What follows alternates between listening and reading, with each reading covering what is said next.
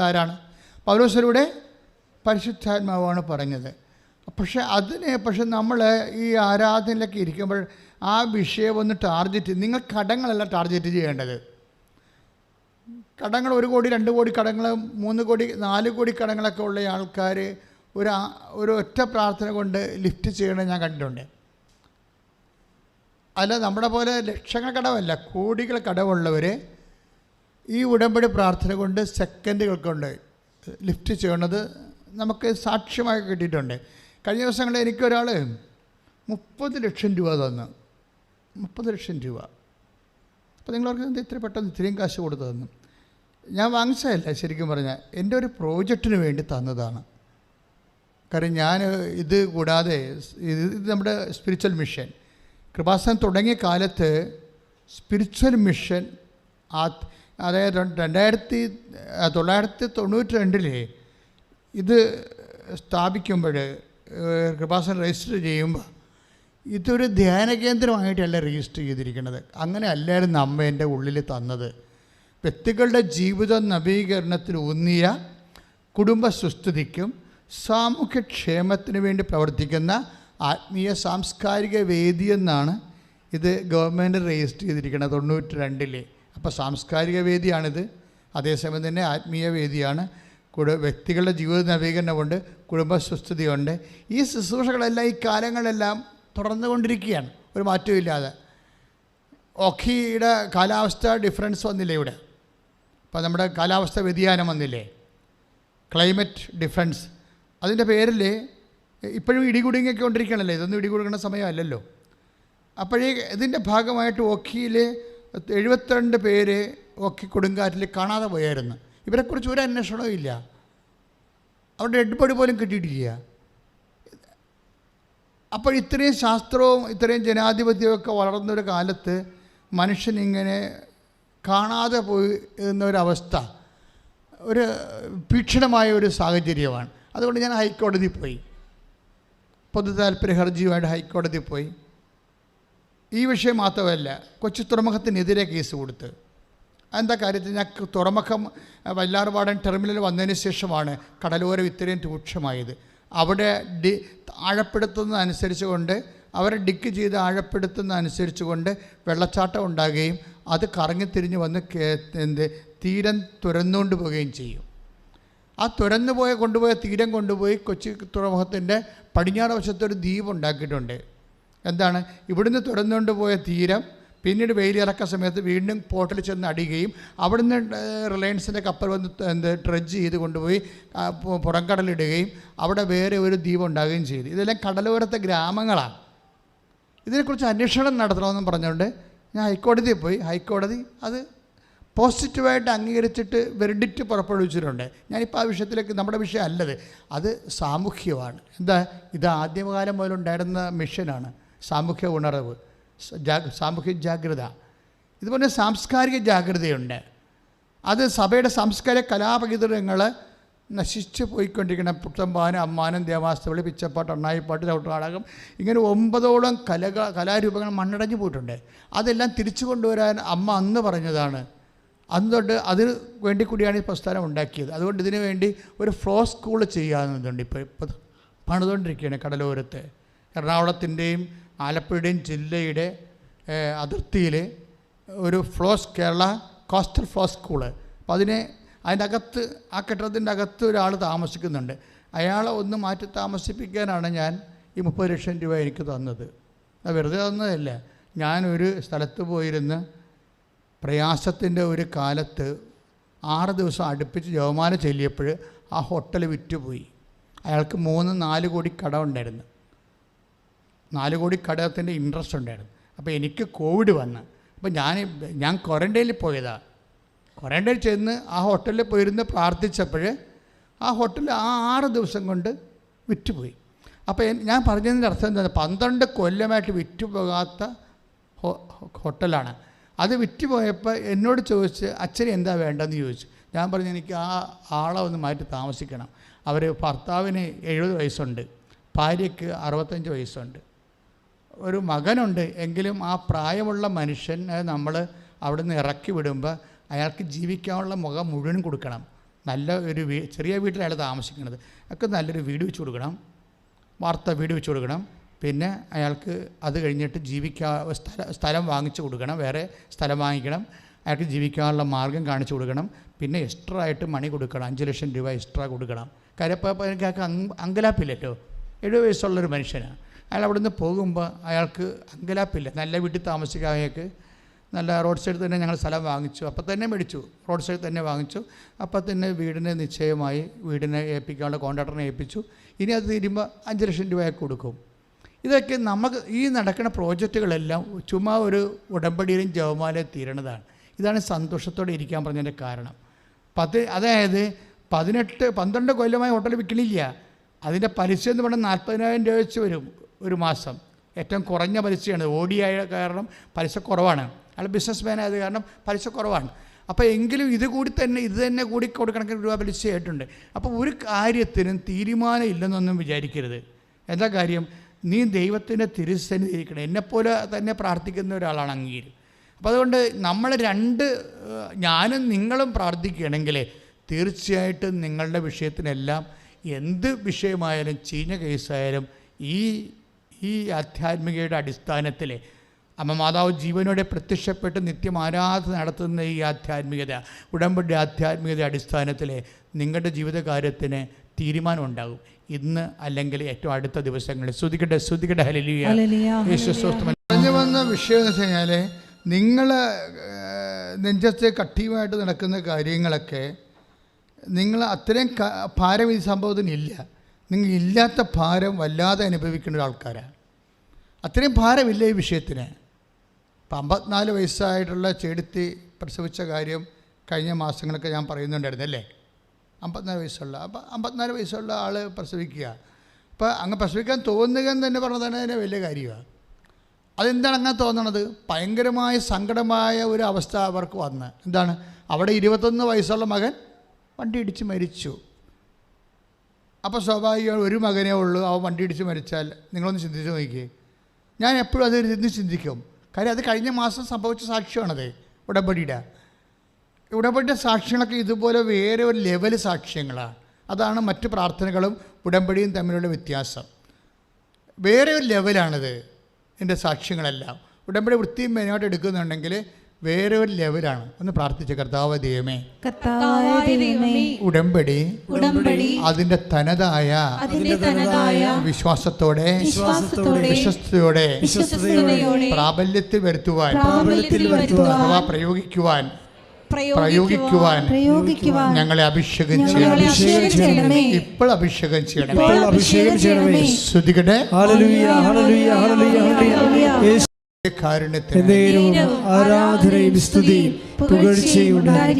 എൻ്റെ പ്രിയപ്പെട്ടവരെ, വിശ്വാസം ഉണ്ടായിട്ട് വലിയ പ്രയോജനമൊന്നുമില്ല. ഞാൻ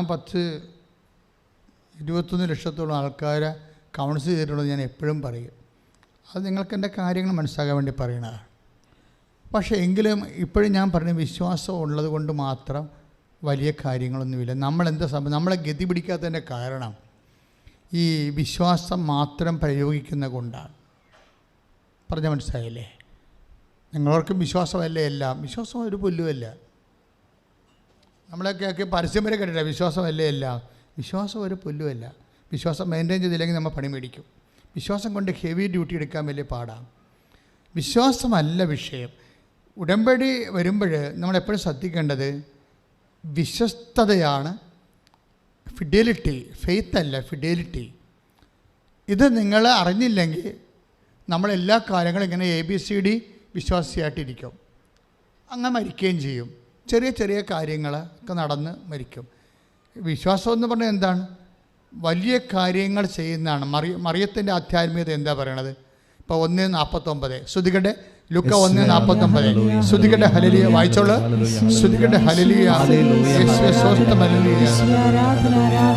ശക്തനായവൻ എനിക്ക് വലിയ കാര്യങ്ങൾ ചെയ്തിരിക്കുന്നു. വിശുദ്ധ ലൂക്കാസ് വിശേഷം 1:49 ഏറ്റു പറഞ്ഞ ശക്തനായവൻ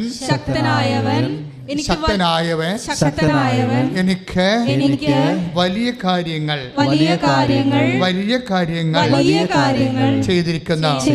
കൈയടിച്ച് സ്തുതിക്കട്ടെ. ഹല്ലേലൂയ. അപ്പം മരിയൻ സ്പിരിച്വാലിറ്റി പ്രൊമോട്ട് ചെയ്യണത് മേജർ പ്രോജക്റ്റാണ്. പറഞ്ഞ മനസ്സിലായില്ലേ? അല്ല കൊച്ചു പനി മാറി അങ്ങനെയല്ല സംഭവങ്ങളല്ല, പരീക്ഷ ജയിച്ചു, അതുപോലെ കൊച്ചു കൊച്ചു കാര്യങ്ങളല്ല. മരിയൻ സ്പിരിച്വാലിറ്റി പ്രൊമോട്ട് ചെയ്യേണ്ടത് മേജർ പ്രോജക്റ്റാണ്. അതാണ് ലൂക്ക 1:49 പറയുന്നത്. എന്താണ്? ശക്തനായവൻ. പറഞ്ഞേ, അപ്പം ദൈവത്തെക്കുറിച്ചുള്ള കൺസെപ്റ്റ്, മരിയൻ കൺസെപ്റ്റ് എന്താണ്? ഗോഡ് ഈസ് ഓൾ പവർഫുൾ, ശക്തനാണ് അല്ലേ, ഓംനിപൊട്ടൻറ്റ്. അപ്പോൾ ദൈവത്തെക്കുറിച്ചുള്ള മരിയൻ കൺസെപ്റ്റ് അതാണ് ഒരു വിശ്വാസിയുടെ, ഒരു ഉടമ്പടി വിശ്വാസിയുടെ കൺസെപ്റ്റ് അതാണ്. എന്താണ്? God is ഓംനിപൊട്ടൻറ്റ്, ശക്തനായവനാണ്. ശക്തനായവൻ എന്താ ചെയ്യണത്? വലിയ കാര്യങ്ങളാണ് ചെയ്യണത്. അപ്പം അതുകൊണ്ട് തന്നെ നിനക്ക് വലിയ കാര്യങ്ങൾ എന്ന് നിൻ്റെ മനസ്സിൽ വന്നാൽ ഉടനെ നീ പറയണം, ഞാൻ വിശ്വസിക്കുന്നത് ശക്തനായവനിലാണ്. മനസ്സിലായില്ലേ? അതിൻ്റെ ലോജിക്ക് അതാണ്. ഒരു വലിയ കാര്യം നിനക്ക് ഉണ്ടായാൽ അപ്പം തന്നെ നിനക്ക് മനസ്സിലാകാമല്ലോ അത് നീ ചെയ്യേണ്ട കാര്യമല്ലെന്ന്, അല്ലേ? നമുക്കൊരു വലിയ കാര്യം വന്നു, അപ്പോൾ വലിയ കാര്യം വരുമ്പോൾ തന്നെ നിനക്ക് മനസ്സിലാകാം ഇത് ചെയ്യേണ്ടത് ഞാനല്ല. ഒരു സിമ്പിളല്ലേ? പരിശുദ്ധാത്മാവ് ഉണ്ടെങ്കിൽ ഉടനെ മനസ്സിലാകും. ഇപ്പോൾ കഴിഞ്ഞ ദിവസങ്ങളിൽ ഒരു സാക്ഷി ഇവിടെ ഉണ്ടായി. 5 മെയ് 5 ഒരു സാക്ഷ്യം. അപ്പോൾ ആലപ്പുഴ ഒരു മൈക്കിൾ ജോൺ, തത്തമ്പള്ളി, ആലപ്പുഴ ടൗണിലാണ്, തത്തമ്പള്ളി എന്ന് പറയും. അപ്പോൾ അവിടെ മൈക്കിൾ ജോൺ എന്ന് പറഞ്ഞൊരു സഹോദരൻ, അയാൾക്ക് 50 വയസ്സ് കാണുമായിരിക്കും. അയാളുടെ സാക്ഷ്യത്തിൻ്റെ രീതി എന്ന് വെച്ച് കഴിഞ്ഞാൽ, പുള്ളിക്ക് എന്താ സംഭവിച്ചു കഴിഞ്ഞാൽ, അദ്ദേഹം ഒരു സമയത്ത് അദ്ദേഹത്തിന് ഒരു ഹിഡിനെസ്സൊക്കെ തോന്നിയപ്പോഴേ 2020 അദ്ദേഹം പോയി ചെക്കപ്പ് നടത്തി. 2020 പോയി ചെക്കപ്പ് നടത്തിയപ്പോൾ ഡോക്ടർ പറഞ്ഞു, നിങ്ങൾക്ക് ഈ പമ്പിങ് കുറവാണെന്ന് പറഞ്ഞ്, ഹൃദയത്തിൻ്റെ പമ്പിങ് കുറവാണ് എന്ന് പറഞ്ഞു. പമ്പിങ് വളരെ മോശമായ രീതി കുറവാണ്, എന്നുവെച്ചാൽ 40 ഉള്ളൂ കൗണ്ട്. അപ്പോൾ അങ്ങനെ വന്നു കഴിഞ്ഞാൽ സ്വാഭാവികമായിട്ട് ശ്വാസം മുട്ടലുണ്ടാവും, അപകടങ്ങൾ സംഭവിക്കും. അപ്പോൾ പിന്നെ എന്താണ് പോംവഴി? അപ്പം അദ്ദേഹം പറഞ്ഞ ഒരു വാക്ക് ഭയങ്കരമാണ്, കൃപാസനം അടച്ചു പോയെന്ന്. സങ്കടമാണ് അദ്ദേഹത്തിന്. ഒരു ഹാർട്ട് അറ്റാക്ക് വരെ ഒരു നിമിഷങ്ങളിൽ ചെന്ന് എത്തിക്കുന്ന മനുഷ്യൻ പെട്ടെന്ന് ഓർത്തത് കൃപാസനത്തെക്കുറിച്ചാണ്. പക്ഷേ കൃപാസനം അന്ന് അടച്ചു പോയെന്ന്. എന്താ കാര്യം? കോവിഡ് ആയത് കാരണം ഗവൺമെൻറ് അടപ്പിച്ചില്ലേ വന്ന്, അപ്പം അതുകൊണ്ട് അടച്ചു പോയി. പക്ഷേ എന്നിട്ട് പിന്നെ അദ്ദേഹം പറയണേ, അടച്ചു പോയെങ്കിലും ഞാൻ ഓൺലൈൻ ഉടമ്പടി തുടങ്ങിയത് വലിയ ആശ്വാസമായി, ഞാൻ ഓൺലൈൻ ഉടമ്പടി എടുത്തെന്ന്. ഓൺലൈൻ ഉടമ്പടി ഇപ്പോൾ ഈ ആഴ്ചയിലൊക്കെ ഒത്തിരി പേര് സാക്ഷ്യം പറയുന്നുണ്ട് ഓൺലൈൻ ഉടമ്പടിയുടെ. അതായത് അമ്മ ഇതെല്ലാം പ്രൊമോട്ട് ചെയ്യുന്നുണ്ട്, എവരിത്തിങ്. എന്തെല്ലാം വിഷയമാണ് നമ്മുടെ മനുഷ്യർക്കുള്ളത്, അവരെ ആരെല്ലാം വിശ്വാസത്തോടെ എന്തെല്ലാം കാര്യങ്ങൾ അമ്മയുടെ മധ്യസ്ഥത ചെയ്യുന്നു, ആ ശക്തനായവൻ്റെ മധ്യസ്ഥയിൽ ആശ്രയിക്കുന്നു, അതെല്ലാം വലിയ കാര്യങ്ങൾ അമ്മ ചെയ്യും, അത് മധ്യസ്ഥത്തിലെ. അപ്പോൾ ഈ ഓൺലൈൻ ഉടമ്പടി ചെയ്തതിന് ശേഷം ഇയാൾക്ക് എന്താ കിട്ടിയെന്ന് വെച്ചാൽ സർവൈവിങ് കിട്ടി. ആ 40 ഡിഗ്രി ആണെങ്കിലും കൗണ്ടേ ഉള്ളെങ്കിലും സർവൈവിങ് കിട്ടി, നിലനിൽപ്പ് കിട്ടി. നിലനിൽപ്പ് വലിയൊരു കാര്യമാണേ. ഇപ്പം ഞാനിവിടെ കിഡ്നി രോഗികളെല്ലാം പ്രാർത്ഥിക്കും. എനിക്ക് എന്താ കിഡ്നി രോഗികളെ പ്രാർത്ഥിക്കണത്? ക്രിയാറ്റിൻ ബ്ലോക്ക് ചെയ്യാനും പ്രാർത്ഥിക്കുന്നതാണത്, അല്ലേ? എന്താ കാര്യം വെച്ച് കഴിഞ്ഞാൽ, ഇപ്പോൾ ക്രിയാറ്റിൻ കുറഞ്ഞ് അതിൻ്റെ ഫിൽട്ടറിങ് കപ്പാസിറ്റി, അതായത് പ്രാർത്ഥിച്ച് കൺട്രോൾ ചെയ്യാൻ വേണ്ടിയാണ് കിഡ്നി രോഗികളുടെ നടുവിൽ കൈവച്ച് പ്രാർത്ഥിക്കുന്നത്, 2 കിഡ്നിയെ മുട്ടിച്ച് പ്രാർത്ഥിക്കുന്നത്. എന്തിനാണ്? അപ്പോൾ അതുകൊണ്ട് എത്ര പേരാണ് അങ്ങനെ സാക്ഷ്യം പറഞ്ഞിരിക്കുന്നത്? എനിക്ക് തന്നെ ക്രിയാറ്റിൻ കൂടുതലായിരുന്നു. ഞാനിവിടെ ഇവിടെ തൈലമൊക്കെ ആയിട്ട് പ്രാർത്ഥിച്ച കാര്യം ടെൻഷനായിരുന്നു. ഇടവകയും നോക്കണം, ഇതും നോക്കണം, ഓട്ടോ ആണ്, പലത്. നീ പറഞ്ഞാൽ എന്തെല്ലാം തരം മിഷനാണ്. കർത്താവ് തന്ന എല്ലാ മിഷനോടും ഞാൻ സന്തോഷത്തോടെ യേസ് പറഞ്ഞിട്ടുണ്ട്. അതിന് പലയിടത്തും ഞാൻ ഞെരുങ്ങിയിട്ടുണ്ട്. അതിൻ്റെ വലിയ പ്രഷർ വന്നിട്ടുണ്ട്, അതിൻ്റെ വലിയ ക്രിയാറ്റിൻ കൂട്ടിയുണ്ട്. പക്ഷേ എന്താ പ്രശ്നം? പ്രാർത്ഥിച്ച് ഇതിനെല്ലാം കൺട്രോൾ ചെയ്യും. എല്ലാത്തിനെയും എന്ത് വിഷയമാണെങ്കിലും പ്രാർത്ഥിച്ച് ഹൃദയമായാലും ഹാർട്ടായാലും ബിൽഡ്രൂവിനായാലും കരളായാലും പ്രാർത്ഥിച്ചാൽ കൺട്രോൾ ചെയ്യാൻ പറ്റും. എന്താ കാര്യം? നമ്മൾ യേശുവിൻ്റെ നാമത്തിലാണ് പ്രാർത്ഥിക്കുന്നത്. കാര്യം എന്താണ്? ദൈവം സമസ്തവും. 1 കൊരിന്ത്യർ 15:26 എന്താ പറയണത്? ദൈവം സമസ്തവും എന്ന് പറഞ്ഞേ. ദൈവം സമസ്തവും അവന്റെ പാദത്തിന്റെ കീഴിലാക്കിയിരിക്കുന്നു. അതിനകത്ത് എല്ലാം ഉണ്ട്. 1 കൊറിന്ത്യൻസിന്റെ 15:26 ദൈവം സമസ്തവും എന്ന് പറഞ്ഞ ദൈവം സമസ്തവും അവന്റെ പാദത്തിന്റെ കീഴിലാക്കിയിരിക്കുന്നു. ആ വചനത്തിൽ പറഞ്ഞ നിങ്ങള് ദൈവം സമസ്തവും അവന്റെ പാദത്തിന്റെ കീഴിലാക്കിയിരിക്കുന്നു. അപ്പോഴ് 27 ഒന്ന് ശ്രദ്ധിക്കട്ടെ. ഹല്ലേലൂയ. 1 കൊരിന്ത്യസ് 15:27 1 കൊരിന്ത്യസ് 15:27 വായിച്ചോളൂ.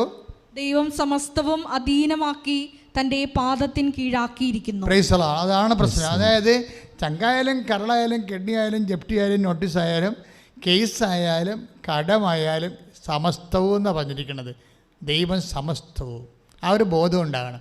യേശു ആകുന്ന ഒറ്റ നാമത്തിൻ്റെ താഴെയാണ് ദൈവം സമസ്തമാക്കി തീർത്തിരിക്കുന്നത്. യേശുക്രിസ്തുവിൻ്റെ ദൈവത്തിന് ഇല്ലാതിരുന്നൊരു സംഭവം ഉണ്ടായിരുന്നു. സമസ്തം വരത്തില്ലായിരുന്നു. യേശുക്രിസ്തു മനുഷ്യാവതാരം ചെയ്യാതിരുന്നെങ്കിൽ ഈ സമസ്ത കൊണ്ടും വരത്തില്ല. എന്താ കാര്യം? ദൈവത്തിന് വേദനയില്ലല്ലോ. അപ്പം സമസ്തം പറയാൻ പറ്റത്തില്ല. മനുഷ്യന് വേദന മാത്രമല്ലേ ഉള്ളൂ. ഈ മനുഷ്യാവതാരത്തിൻ്റെ രഹസ്യം, അതിൻ്റെ ഉദ്ദേശം എന്താണ്? പാപമൊന്നുമല്ല. പാപം ഒരു സെക്കൻഡറി ആയിട്ടുള്ള ഇതാണ്. പക്ഷേ മനുഷ്യനോട് സാരൂപ്യപ്പെടുക, മനുഷ്യനോട് ഐക്യദാർഢ്യം പ്രവർത്തിക്കുക, അതിൻ്റെ പേരിലാണ് ദൈവം മനുഷ്യനായി. അതല്ലേ അവൻ നമ്മുടെ വേദനകളാണ് ചുമന്നത്. അവൻ നമ്മുടെ പാപങ്ങൾക്ക് വേണ്ടി അവൻ ക്ഷതമേൽപ്പിക്കപ്പെട്ടു എന്നൊക്കെ ഈശോയെക്കുറിച്ച് പറഞ്ഞില്ലേ 53:7 ഐസയ. ശ്രുതികട്ടെ ഹല്ലേലൂയ ഹല്ലേലൂയ ഐസയ 53:7 വായിച്ചോളൂ. യേശുവേ ആരാധന അവൻ ഹല്ലേലൂയ. മർദ്ദിക്കപ്പെടുകയും പീഡിപ്പിക്കപ്പെടുകയും ചെയ്തു. എന്ന് പറഞ്ഞ് അവൻ മർദ്ദിക്കപ്പെടുകയും പീഡിപ്പിക്കപ്പെടുകയും ചെയ്തു. എങ്കിലും അവൻ ഉരിയാടിയില്ല. കൊല്ലാൻ കൊണ്ടുപോകുന്ന കുഞ്ഞാടിനെ പോലെയും രോമം കത്രിക്കുന്നവരുടെ മുമ്പിൽ നിൽക്കുന്ന ചെമ്മരിയാടിനെ പോലെയും അവൻ മൗനം പാലിച്ചു. ഏശയ്യ 53:5 നമ്മുടെ അതിക്രമങ്ങൾക്ക് വേണ്ടി അവൻ മുറിവേൽപ്പിക്കപ്പെട്ടു, നമ്മുടെ അകൃത്യങ്ങൾക്ക് വേണ്ടി ക്ഷതമേൽപ്പിക്കപ്പെട്ടു.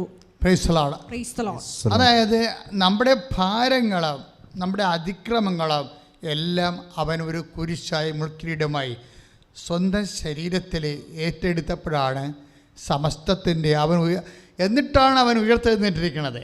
അതുകൊണ്ടാണ് ഈ സമസ്തം വരണത്. അതിൻ്റെ തന്നെ ക്യാൻസറും എല്ലാ സംഭവവും വരണത്. അതായത് മനുഷ്യൻ ഇന്ന് അനുഭവിക്കുന്ന എല്ലാത്തിനും പരിഹാരം ആരാണ്? യേശുവാണ്. അതാണ് യേശു എല്ലാമാണെന്ന് പൗലോസ് പറയണത്. കൊളോസ്യസ് 3:11 ഏറ്റു പറഞ്ഞേ. കൊളോസ്യൻസ് 3:11 യേശുക്രിസ്തു എല്ലാമാണ്, എല്ലാവരിലുമാണ്. പിടിയിട്ടില്ലേ?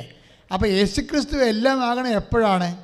അവൻ മനുഷ്യപ്രകൃതി എടുത്തതിന് ശേഷം മനുഷ്യൻ്റെ വേദന അവൻ സ്വയം ഏറ്റെടുത്ത് അതിന് പാപത്തിന് പരിഹാരം ചെയ്ത് അവൻ മരണം പ്രാപിച്ചതിന് ശേഷം ദൈവം അവനെ ഉയർത്തെഴുന്നേൽപ്പിച്ച് കഴിയുമ്പോഴാണ് വേദനയും രോഗവും എല്ലാ ക്ലേശങ്ങളും എല്ലാം അവൻ്റെ നാമത്തിൻ്റെ കീഴിലായിരിക്കുന്നത്. Praise the Lord, praise the Lord, praise the Lord. അതുകൊണ്ടാണ് അവൻ്റെ നാമം കേൾക്കുന്ന മാത്രയിലെ ഭൂസ്വലോകങ്ങളിലുള്ള എല്ലാ ജീവജാലങ്ങളും മുഴങ്കാലും അടക്കണമെന്ന് പറയുന്നതിൻ്റെ കാരണം അതാണ്. കാര്യം എല്ലാ നാമങ്ങളെക്കാൾ ഉന്നതമായ നാമമാണ്. പ്രാർത്ഥിക്കുക. കർത്താവായ ദൈവമേ, കർത്താവായ ദൈവമേ, കർത്താവായ ദൈവമേ, കർത്താവായ ദൈവമേ. നടപടി 3:6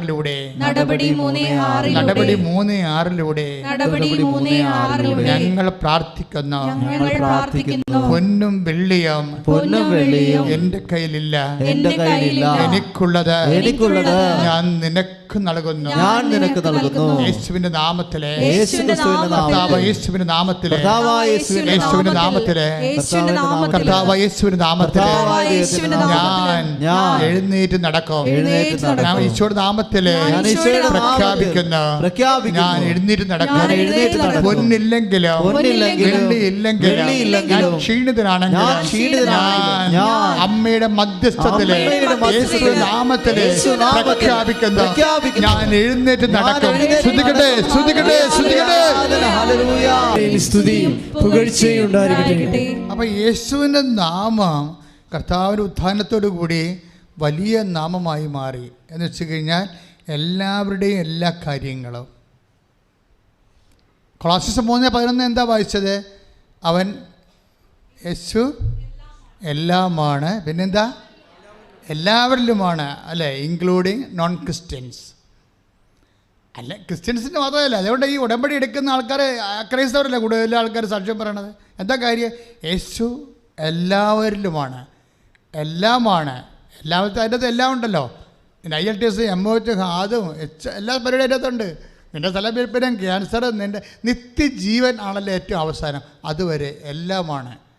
യേശു ക്രിസ്തു എല്ലാമാണ്. ഒന്ന് പറഞ്ഞേ,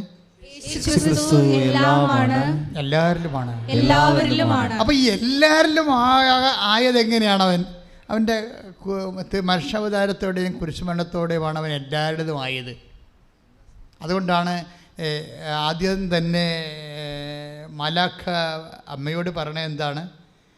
അവൻ തൻ്റെ ജനങ്ങളെ അവരുടെ പാപങ്ങളിൽ നിന്ന് മോചിക്കും എന്ന് പറഞ്ഞിട്ട് വിജാതിയർ അവന് പ്രത്യാശ വെക്കും എന്ന് പറയുമ്പോഴേ ശിമയോൻ്റെ കയ്യിൽ ഈശോയെ കൊടുക്കും, ഉണ്ണീശോനെ കൊടുക്കുമ്പോൾ പരിശുദ്ധാത്മാവ് പറഞ്ഞ എന്താ പറയണത്? എല്ലാ മനുഷ്യർക്കും വേണ്ടി ഒരുക്കിയിരിക്കുന്ന, ഒന്ന് പറഞ്ഞേ, എല്ലാ മനുഷ്യർക്കും വേണ്ടി ഒരുക്കിയിരിക്കുന്ന. അപ്പം ക്രിസ്ത്യൻസിന് വേണ്ടി മാത്രം ഒരുക്കിയിരിക്കണമല്ല. ലൂക്കാ 2:30 ഒന്ന് പറഞ്ഞേ, എല്ലാ മനുഷ്യർക്കും വേണ്ടി, എല്ലാ മനുഷ്യർക്കും വേണ്ടി ഒരുക്കിയിരിക്കുന്ന രക്ഷ. അപ്പം ഇതിനെല്ലാം കൂടി ഒറ്റ നാമമാണ് പറഞ്ഞത്. അനുഗ്രഹം നമുക്ക് വേണ്ടതൊക്കെയാണ് വേണ്ടത്. നമുക്ക് ഒത്തിരി കാര്യങ്ങൾ വേണം. അതിനെല്ലാം കൂടി ഒറ്റ വാക്കാണ് പറയണത്. എന്താണ്? രക്ഷ. ഞാൻ എൻ്റെ കണ്ണുകൊണ്ട് കണ്ടിരിക്കുന്നു. ഇപ്പം ക്രിസ്തുവിൻ്റെ ഈ സമഗ്രമായിട്ടുള്ള വീണ്ടെടുപ്പ് നിങ്ങൾക്ക് ലഭിക്കാനുള്ള ഏറ്റവും ഇറസിസ്റ്റബിളായിട്ടുള്ള ഒരു പ്രെയർ ഇൻ്റർസെഷനാണ് മെരിയൻ കപ്പാസിറ്റി എന്ന് പറയുന്നത്. മാതാവിനെ എന്തുകൊണ്ടാണ് വൈ വി പ്രൊമോട്ട് മേരി? വേറെ ആരെയും പ്രൊമോട്ട് ചെയ്യാൻ ഇല്ലാത്തത് കൊണ്ടാണ്. മനസ്സിലായില്ലേ? എല്ലാ കാലങ്ങളിലും ഉടമ്പടി ഉണ്ടായിരുന്നു.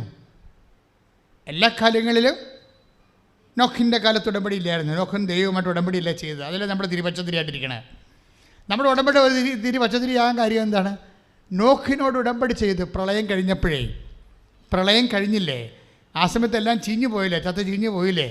ഇപ്പോൾ രണ്ടാമത് ദൈവം ഇത് റിസ്റ്റോർ ചെയ്യണ സമയത്ത് ഒരു വാക്ക് മോസസിനോട്, നോഹിനോട് പറയും. എന്താണ്? I will restore, I will give you the greenery. അതായത് പച്ചപ്പുതച്ച ഭൂമി നിനക്ക് അവകാശമായി നൽകും. അപ്പോഴേ ഈ പച്ച വീണ്ടും ഒരു റിസ്റ്റോറിങ്ങിൻ്റെ, ഇപ്പം നിൻ്റെ കടം വന്നു, നിനക്ക് അല്ലെങ്കിൽ രോഗം വന്നു, നിൻ്റെ ആരോഗ്യം നഷ്ടപ്പെട്ടു, ഇതെല്ലാം റീസ്റ്റോർ ചെയ്യും. റീസ്റ്റോർ ചെയ്യുന്നതിൻ്റെ അടയാളമായിട്ടാണ് ഉടമ്പടി സ്ഥാപിക്കപ്പെടുന്നത്. മനസ്സിലായോ? ഉടമ്പടി പുതിയ പരിപാടിയൊന്നുമല്ല, പണ്ട് മുതലേ ഉള്ളതാ. പിന്നെ ഇവിടെ വന്നിരിക്കുന്ന ഉടമ്പടിയുടെ അപ്ഡേഷൻ എന്താ വന്നിരിക്കുന്നത്? അമ്മമാതാവ് ഹൃദയഘടികാരവുമായി നെഞ്ചത്ത് ചാർത്തി പ്രത്യക്ഷപ്പെടുന്ന സമയത്ത് അമ്മയുടെ പ്രത്യക്ഷീകരണം സഭ ഏറ്റെടുത്ത് പഠിക്കാൻ വേണ്ടി അമ്മ പ്രത്യക്ഷീകരണ പ്രാർത്ഥന തന്നപ്പോൾ 2015 അമ്മ ആഗ്രഹിക്കുന്നൊരു കൃപാവര പദ്ധതി കൃപാസനത്തിൽ ഞങ്ങളുടെ കുടുംബത്തിൽ നിറവേറാൻ ഇടയാക്കണമെന്ന് പ്രാർത്ഥിച്ചപ്പോൾ 6 മാസം പ്രാർത്ഥിച്ചപ്പോഴാണ് ആ കൃപാവര പദ്ധതിയായിട്ട് ഉടമ്പടി വരണത്, ഉടമ്പടി തരണത്. ആ ഉടമ്പടിക്കുണ്ടാകുന്ന ഗുണമെന്ന് വെച്ച് കഴിഞ്ഞാൽ മറ്റു ഉടമ്പടിയിനേക്കാളും ഈ അപ്ഡേഷൻ വന്നിരിക്കുന്നത് എന്താണ്? മരിയൻ ഉടമ്പടി. ഇപ്പം നോഹിൻ്റെ ഉടമ്പടിയാണ്, എബ്രഹാത്തിൻ്റെ ഉടമ്പടിയാണ്, മോസസിൻ്റെ ഉടമ്പടിയാണ്. യേശുവിൻ്റെ ഉടമ്പടി കൂട്ടണ്ട കാര്യം. അത് ഈ മനുഷ്യൻ നമ്മൾ പറഞ്ഞ കഞ്ഞിക്കപ്പ IELTS പരിപാടിക്കൊന്നുള്ളതല്ല. അത് നിത്യജീവന് വേണ്ടിയുള്ളതാണ് കുർബാന. അത് നമ്മൾ ഇതിനകത്ത് ഉൾപ്പെടുത്താൻ പറ്റത്തില്ല. അല്ലാതെ മനുഷ്യന്മാരുമായിട്ട് ദൈവം ഉണ്ടാക്കിയിട്ടുള്ള എല്ലാ ഉടമ്പടിയും അതിന് കുറച്ച് കാലതാമസം വന്നു പോകുന്നുണ്ട്. മരിയൻ ഉടമ്പടി കാലതാമസം വരാത്ത എന്ത്? ഇതാണ് അപ്ഡേഷൻ. ഉടമ്പടി വന്ന അപ്ഡേഷൻ എന്താണെന്ന് അറിയണം. ഇപ്പോൾ എബ്രഹാത്തിനോട് ദൈവം ഉടമ്പടി ചെയ്തില്ലേ? എബ്രഹാത്തിനോട് ഉടമ്പടി ചെയ്തത് എന്താണ് ചെയ്തിരിക്കുന്നത്? നിനക്ക് ഞാൻ ചൂണ്ടിക്കാണിക്കുന്ന ദേശം ഞാൻ നിനക്ക് അവകാശമായി നൽകും. അതാണ്. പക്ഷേ ചൂണ്ടിക്കാണിക്കുന്ന ദേശം എബ്രഹാത്തിന് കൊടുക്കണ സമയത്ത് എബ്രഹാത്തിന് 75 വയസ്സുണ്ടല്ലേ, സാറായ്ക്ക് 75 വയസ്സുണ്ട്. പക്ഷേ എന്താ പ്രശ്നം വെച്ചാൽ ചൂണ്ടിക്കാണിക്കുന്ന ദേശം, ദൈവത്തിൻ്റെ വാഗ്ദാനം അത് പാലിക്കാൻ വേണ്ടി എബ്രഹാത്തിന് ആവശ്യമായ ഫെയ്ത്ത് എബ്രഹാത്തിന് കുറവായിരുന്നു. പൗലോസ് അപ്പോസ്തലനാണ് എബ്രഹാത്തിനെ പ്രൊമോട്ട് ചെയ്യണത്. അങ്ങനെ മാതാവിന് അറിയാൻ പാലാത്തതുകൊണ്ടാണ്, വേറെ കേസ് കെട്ടൊന്നുമില്ല. എബ്രഹാത്തിന് ഫെയ്ത്തിൻ്റെ ഒരു പിതാവാക്കി മാറ്റുന്നത് ആരാണ്? പൗലോസാണ് ശരിക്കും. പക്ഷേ എബ്രഹാത്തിൻ്റെ നമ്മൾ എങ്ങനെ സ്കാൻ ചെയ്ത് നോക്കിയാലും നമുക്ക് ഫുൾ മാർക്ക് കൊടുക്കാൻ പറ്റത്തില്ല. എന്താ കാര്യം? പുള്ളിക്കാരൻ ഇടയ്ക്ക് സാറാച്ചെടുത്തിൻ്റെ വാക്ക് കേട്ടില്ലേ, ഹാഗറിനെ പ്രാപിച്ചു, ഇസ്മയേൽ ജനിച്ചു. അപ്പോൾ ദൈവം കൊടുത്ത വാഗ്ദാനം കഴിഞ്ഞപ്പോൾ 86-ാമത്തെ വയസ്സിലാണ് ഇസ്മയേൽ ജനിക്കുന്നത്. 75 വയസ്സിലാണ് ആ വാഗ്ദാനം കൊടുക്കുന്നത്. ഒരു 75, 10, 85, 1, 11 കൊല്ലം ഈ വാഗ്ദാനം കാത്തിരുന്നപ്പോൾ പുള്ളിക്ക് ബോറടിച്ച്. ഇതാണ് പ്രശ്നം. എബ്രഹാത്തിൻ്റെ ഫെയ്ത്തിൽ വന്നിരിക്കുന്നൊരു കുഴപ്പം അതാ. അത് ചില്ലറ കുഴപ്പമല്ല ഉണ്ടാക്കിയത്. അതായത് കഴിഞ്ഞ ദിവസം ഉടമ്പടി ഉഴപ്പാനുള്ള സാധ്യതയുണ്ട്. കാരണം എബ്രഹാത്തിൻ്റെ ഉടമ്പടി എന്തുകൊണ്ടാണ് അങ്ങനെ സംഭവിച്ചു കഴിഞ്ഞാൽ, എബ്രഹാത്തിൻ്റെ ഉടമ്പടിയിൽ എന്തുകൊണ്ടാണ് 25 വർഷം താമസിച്ചത്? കാലതാമസം വന്നത് എന്താ? അതിന് പ്രോപ്പർ മീഡിയേഷൻ ഇല്ലാഞ്ഞ കൊണ്ടാണ്. പറഞ്ഞ മനസ്സിലായില്ലേ? എബ്രഹാത്തിൻ്റെ ഉടമ്പടിക്ക് പ്രോപ്പർ മീഡിയേഷൻ ഇല്ല. എന്ന് വെച്ച് കഴിഞ്ഞാൽ പ്രോപ്പർ മീഡിയേഷൻ എന്ന് പറയുന്നത് ഈ ഉടമ്പടിക്ക് മാധ്യസ്ഥം വേണ്ടേ. ഇപ്പം നമ്മൾ എവിടെയെങ്കിലും ഒരു കരാറുണ്ടെങ്കിൽ അതിനൊരു സാക്ഷി ഉണ്ടാകുമല്ല കരാറിന്. ആ സാക്ഷി ഇപ്പോൾ നമ്മൾ ജാമ്യത്തിൽ ഇറക്കുന്ന ആളാണെങ്കിൽ പോലും അയാളുടെ പറ്റിച്ചിട്ട് വെച്ചല്ലേ ഇറക്കണത്. അപ്പോൾ ഈ മധ്യസ്ഥം നിൽക്കുന്ന ആളിൻ്റെ കപ്പാസിറ്റി ഒരു പ്രധാന വിഷയമാണ്. കപ്പാസിറ്റി ദൈവത്തിൻ്റെ തിരുസന്നിധിയിൽ ഇപ്പോൾ എന്താ പ്രശ്നത്തിൽ ഈ മാധ്യസ്ഥം നിൽക്കുന്ന ആളിന് കപ്പാസിറ്റി ഉണ്ടെങ്കിൽ ഈ സംഭവം പെട്ടെന്ന് നടക്കും കാര്യം അതാണ് മരീൻ കപ്പാസിറ്റി എന്ന് പറയുന്നത്. ഇപ്പോൾ മോസസിനാണെങ്കിൽ പോലും 40 കൊല്ലം എടുത്തില്ലേ? 4 ദിവസത്തെ ഏർപ്പാടല്ലേ ഉള്ളു. എന്നാൽ 4 മാസം എടുത്തു. പുറപ്പാടിൻ്റെ പുസ്തകത്തിലേ തെരുമ്പാല ഒഴുകുന്ന വാഗ്ദാന ദേശം തരാമെന്ന് പറഞ്ഞത് ആരോടാണ്? മോസസിനോട് അല്ലേ? അകപ്പാടെ ഇവിടെ ഭൂമിക്ക് ചുറ്റും കറങ്ങേണ്ട കാര്യമില്ലേ? നേരെ അങ്ങോട്ട് നടന്ന് പോയാൽ മതി. 4 ദിവസം. ബസ്സിനാണെങ്കിൽ രാവിലെ 10 മണിക്ക് പോയാൽ ഞാൻ 10 മണിക്കാണ് അവിടെ നിന്ന് ഇസ്രയേലിൽ നിന്ന് പോകുന്നത്. ഞാൻ ഈജിപ്തിലെത്തിയപ്പോൾ വൈകുന്നേരം 5 മണി, അത്രേ ഉള്ളൂ സമയം. മരുഭൂമി നേരെ കിടക്കുന്ന റോഡല്ലേ. ആകപ്പാടെ 10, 9, 11 മണിക്കൂർ എടുക്കും. നടക്കാനാണെങ്കിൽ 4 ദിവസം എടുത്തു. ഇത് 40 ദിവസമാണ് മോസസ് എടുത്തത്. അതാണ് പ്രശ്നമായിപ്പോയത്. 40 ദിവസം എടുത്തു കഴിഞ്ഞപ്പോഴെന്ത് ഇതിങ്ങനെ ഉടമ്പടി തന്നിരിക്കുന്ന സംഭവത്തിൽ സമയത്തിനെ കൺട്രോൾ ചെയ്യാനുള്ള ഒരു സംവിധാനം എബ്രഹാത്തിൻ്റെ ഉടമ്പടിയിലില്ല. അതുകൊണ്ടാണ് 25 വർഷം എടുത്തത്. ഒരു ഉടമ്പടിയിലെ സമയബന്ധിതമായിട്ട് സമയത്തെ കൺട്രോൾ ചെയ്യാനുള്ള നിയന്ത്രിക്കപ്പെടേണ്ട ഒരു വിഷയം, എപ്പോഴും നമ്മൾ നിയന്ത്രിക്കപ്പെടേണ്ട ഒരു വിഷയം എന്താണ്? സമയം തന്നെയാണ് നമുക്ക് നിയന്ത്രിക്കാൻ പറ്റുമെന്നുണ്ടെങ്കിൽ പല വിഷയത്തിൻ്റെ മേലും തീരുമാനം ഉണ്ടാക്കാമായിരുന്നു. ഇപ്പോൾ കോവിഡിനെതിരെ വാക്സിൻ കണ്ടുപിടിച്ചപ്പോൾ കോവിഡിനെ നിയന്ത്രിക്കാവുന്ന രീതിയിലായിട്ടുണ്ട് ഇപ്പോൾ അല്ലേ? അപ്പം അതുപോലെ ഈ സമയത്തെ നിയന്ത്രിക്കാൻ പറ്റുന്ന ഘടകം മോസസിൻ്റെ ഉടമ്പടിയിലില്ല, എബ്രഹാത്തിൻ്റെ ഉടമ്പടിയിലില്ല. എന്താ കാര്യം വെച്ച് കഴിഞ്ഞാൽ അതിന് ഉള്ള ഒരു പെർഫെക്റ്റ് റെസിസ്റ്റബിളായിട്ടുള്ള ഒരു പ്രെയർ മീഡിയേഷൻ്റെ സപ്പോർട്ടില്ലാത്ത ഉടമ്പടി. അതുകൊണ്ട് ഇതിങ്ങനെ കാലാതീതമായിട്ട് നീണ്ടുപോകും. എബ്രഹാത്തിൻ്റെ 25 കൊല്ലം എടുത്ത് അങ്ങനെ നീണ്ടുപോയപ്പോൾ കൊണ്ടാണ് സാറാ ചേട്ടത്തേക്ക് പേടിയായത്. നീണ്ടുപോകും തോറും പേടി വരുമല്ലോ. ഇപ്പം നമ്മുടെ ഒരു വസ്തു ജപ്തി നടക്കാൻ പോവുകയാണ്, അത് ഇങ്ങനെ വസ്തു ഇപ്പം ചിലരൊന്നും പറഞ്ഞാൽ അച്ഛാ വസ്തു ജപ്തി ആകാൻ പോണച്ചാ അതൊക്കെ മുമ്പ് ഒന്ന് വിറ്റ് മാറ്റിയാൽ മതിയായിരുന്നു, എന്നാൽ പിന്നെ നമുക്ക് വിൽക്കുകയും ചെയ്യാം, നമുക്ക് വല്ലതും കിട്ടുകയും ചെയ്യും. അല്ലെങ്കിൽ ആ വസ്തു പോവുകയും ചെയ്യും, പിന്നെയും നമ്മൾ കാശ് ബാങ്കിൽ അടക്കേണ്ടിയും വരും. അതാണ് ഇപ്പോൾ സമയത്തിൻ്റെ ഒരു കുഴപ്പമാണത്. അപ്പോൾ ആ സമയത്തെ ചുരുക്കാൻ കഴിഞ്ഞാൽ പല വിഷയങ്ങൾക്കും സമാധാനമാകും. സമയച്ചുരുക്കം ഒരു പ്രധാനപ്പെട്ട വിഷയമാണ്. കൃപാസ്ഥാനത്താരെ ജീവനോടെ അമ്മ പ്രത്യക്ഷപ്പെടുന്ന സമയത്ത് നമ്മുടെ നെഞ്ചിലുണ്ടായിരുന്ന സമയമാണ്, സമയഘടികാരം. അതിൻ്റെ മോഡലപ്പുറത്തുണ്ട്, നിങ്ങൾക്ക് കാണാവുന്നതാണ്. സഭ ഔദ്യോഗികമായിട്ട് അംഗീകരിക്കണ വരെ അൾത്താറയിൽ അത് സൃഷ്ടിക്കാൻ പറ്റത്തില്ല. അതിനാണ് നമ്മൾ പ്രത്യക്ഷീകരണ പ്രാർത്ഥന ചെല്ലണത്. എന്തിനാണ് ചെല്ലണത്? അമ്മയുടെ പ്രത്യക്ഷീകരണ സഭ പഠിക്കണം. അതിൻ്റെ വിവേചനം അധികാരം ഉപയോഗിച്ചുകൊണ്ട് എന്താണ് സംഭവിച്ചത്. ഇപ്പം ഞാൻ പറയണ പോലെയല്ല, ഞാനെൻ്റെ സാക്ഷിയാണ്. പക്ഷെ സാക്ഷിയല്ലല്ല പ്രധാനപ്പെട്ടത്. ആർക്കും കയറി പറയാമല്ലോ, ഓരോരുത്തർക്ക് എന്നിങ്ങനെ അവിടെ പ്രത്യക്ഷപ്പെട്ട് ഇവിടെ പ്രത്യക്ഷപ്പെട്ടിട്ട് ഇത് തട്ടിപ്പ് ആൾക്കാരെ കൂട്ടാൻ വേണ്ടിയുള്ള ചുമ്മാ തിരക്കിട പരിപാടി ഉടായ്പാണെന്ന് പറയാമല്ലോ, തീർച്ചയായിട്ടും പറയാം. അതുകൊണ്ട് നമ്മൾക്ക് സഭയുണ്ട്. സഭയാണിത്. എന്താണ് സംഭവിച്ചത്, സംഭവിച്ചോ അല്ലെങ്കിൽ സംഭവിച്ചില്ലേ? ഇപ്പം ഇന്ന് ഒരു സാക്ഷ്യം വന്നത്, ഇപ്പം ഈ അതായത് സാക്ഷ്യത്തിൻ്റെ നിലവാരമെല്ലാം നിഷ്പക്ഷമായിട്ട് പരിശോധിച്ചാൽ അമ്മ പ്രത്യക്ഷപ്പെട്ടു എന്നുള്ളതിന് ഒരു 10 തെളിവെങ്കിലും നമുക്ക് കിട്ടും. ഇവിടെ 10,000 സാക്ഷ്യങ്ങളുണ്ടാവും. ചില സാക്ഷ്യങ്ങൾ സാധാരണ സാക്ഷ്യങ്ങൾ എഴുതി തള്ളിക്കോ, സാധാരണ സംഭവിക്കുന്നതാണ്, പ്രാർത്ഥിക്കുമ്പോൾ സംഭവിക്കുന്നതാണെന്ന് വിചാരിച്ച് എഴുതി തള്ളാം. പക്ഷേ ചില സാക്ഷ്യങ്ങൾ മേജറാണ്. മേജർ എന്ന് വെച്ച് കഴിഞ്ഞാൽ അമ്മയുടെ പ്രത്യക്ഷീകരണത്തിൻ്റെ സ്ഥിരീകരണത്തിൻ്റെ സ്വഭാവങ്ങൾ കാണിക്കുന്ന ചില വലിയ സാക്ഷ്യങ്ങളുണ്ട്, വൻകാര്യങ്ങൾ. അതിപ്പോൾ ഈ മൈക്കിൾ ജോണിൻ്റെ അതുപോലെ സാക്ഷ്യമാണ്. മൈക്കിൾ ജോണിന് എന്താ സംഭവിച്ചത്? അദ്ദേഹത്തിൻ്റെ കൗണ്ട് കുറഞ്ഞു. അപ്പോൾ അദ്ദേഹം കേരളത്തിലെ ഏറ്റവും ബെസ്റ്റ് കാർഡിയോളജിസ്റ്റ് 2 പേരുണ്ട്.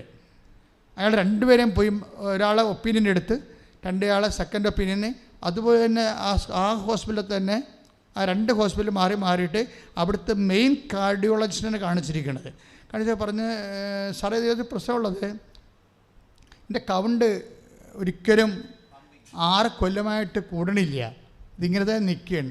ഇനി അങ്ങോട്ട് ചെല്ലും തോറും ഹാർട്ട് മാറ്റി വെക്കേണ്ടി വരും, ഹൃദയം മാറ്റി വെക്കേണ്ടി വരും, അല്ലെങ്കിൽ സ്പേസ് മേക്കർ വെക്കണം. അപ്പോൾ സ്പേസ് മേക്കർ എന്ന് പറയുമ്പോൾ ഇൻഷുറൻസ് ഉണ്ടാകുമെന്ന് ചോദിച്ചു. അവസാനം ഇൻഷുറൻസ് ഇല്ലെങ്കിൽ ഇൻഷുറൻസ് ആക്കി വരിക 8 ലക്ഷം രൂപയാണ്. ബാക്കിയെല്ലാം ഇവിടെ സെറ്റാണ്. ഹോസ്പിറ്റൽ സ്പേസ് മേക്കർ എല്ലാം റെഡിയാക്കി വെച്ചിട്ടുണ്ട്. പക്ഷേ 8 ലക്ഷം രൂപ വേണ്ടി വരും. അല്ലെങ്കിൽ 8 ലക്ഷം രൂപ കെട്ടിവെക്കണം, അല്ലെങ്കിൽ ഈ ഇൻസ്പെക്ടറിന് സ്പേസ് മേക്കറിന് 8 ലക്ഷം രൂപ കെട്ടിവെക്കണം, അല്ലെങ്കിൽ അതിൻ്റെ ഇൻഷുറൻസിൻ്റെ പോളിസിയുടെ പേപ്പർ കാണിക്കണം. അപ്പോൾ വളരെ സീരിയസ് ആണ്. ഇയാൾക്ക് മുന്നോട്ട് പോകാൻ പറ്റണില്ല. രാത്രിയൊക്കെ നെഞ്ചുവേദന ശ്വാസം മുട്ടലും ഉണ്ട്. ഏ സമയത്ത് എന്ത് സംഭവിക്കാൻ പറ്റുന്ന ഒരു അവസ്ഥയാണ് പുള്ളിയുടേത്. അപ്പോൾ ഇങ്ങനെ നാളെ ഫിക്സ് ചെയ്ത്, അതായത് കഴിഞ്ഞ മെയ് 4-ാം തീയതി നടക്കേണ്ട കേസാണത്. മെയ് 4-ാം തീയതി സ്പേസ് മേക്കർ വെക്കാൻ വേണ്ടിയുള്ളത് അവിടെ ഫിക്സ് ചെയ്ത്, ഗവൺമെൻറ് ഡോക്ടർ ഫിക്സ് ചെയ്ത്. അപ്പോൾ ഇയാൾ അതിനുവേണ്ടി ഒരുങ്ങിയിരിക്കൊണ്ടിരിക്കുകയാണ്. അപ്പോൾ വൈകുന്നേരമായപ്പോൾ പക്ഷേ ഇതിൻ്റെ മനുഷ്യൻ 2 കാര്യങ്ങൾ ചെയ്ത്. അതായത് ഓൺലൈൻ ഉടമ്പടി കണ്ടിന്യൂ ചെയ്ത് പ്രാർത്ഥിച്ചു, കൃപാസനം തുറന്നപ്പോൾ വന്ന് തീർത്ഥാടന ഉടമ്പടി ചെയ്തു. ഇപ്പോൾ ഉടമ്പടിയിലാണ് അങ്ങേരുടെ ഹൃദയം ശ്വസിച്ചുകൊണ്ടിരിക്കുന്നത്. ഉടമ്പടി ഇങ്ങനെ ഓരോ ഹൃദയങ്ങളെയും ജീവിതവും എല്ലാം ഇങ്ങനെ നിലനിർത്തി കൊടുക്കും. കാര്യം ഇത് നിലനിർപ്പിൻ്റെ ഒരു പ്രാർത്ഥനയാണിത്. അപ്പോൾ അദ്ദേഹത്തിന് ഗ്യാരണ്ടി ഉണ്ട്.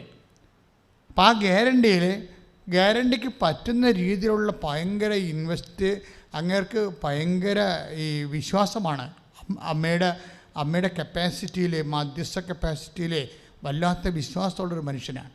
അത് നിങ്ങളങ്ങനെ ഒന്ന് ട്രെയിൻ ചെയ്തെടുക്കണം, നല്ലതായിരിക്കും കേട്ടോ. ആൾക്കാർക്കൊക്കെ പറ്റണത് ഈ വിശ്വാസത്തിൽ ഒക്കുക. ഒത്തില്ലേ എന്ത് ചെയ്യും? നമുക്ക് വല്ല കുഴപ്പമുണ്ടോ? നമ്മുടെ നമ്മുടെ കയ്യിരിപ്പ് കൊണ്ടാണോ ദൈവം ഇടപെടാത്തത്? ഇങ്ങനെ പണ്ടത്തെ പാപങ്ങളൊക്കെ ചിന്തിച്ച് പിശാച് നിങ്ങളെ ഒരു പരുവത്തിലാക്കി, ഒരു വഴിയിലാക്കിയിട്ടുണ്ട് നിങ്ങളെ. ഇതൊന്നും ചിന്തിക്കേണ്ട കാര്യമില്ല. ദൈവതിരുസന്നിധി വരുമ്പോൾ നിങ്ങളൊക്കെ ചിന്തിക്കണത് പണ്ട് ജീവിച്ചിരുന്ന കാലത്ത് എന്തെങ്കിലുമൊക്കെ ഇടയ്ക്കിടെ ജീവിതത്തിൽ സംഭവിച്ചിട്ടുണ്ടെങ്കിൽ അതുകൊണ്ടായിരിക്കും ഇപ്പോൾ ദൈവം കേൾക്കാത്തത്. ഈ പേജ് അങ്ങോട്ട് പറിച്ചു കയറി കളഞ്ഞേക്കണം പുസ്തകത്തിൽ നിന്ന്.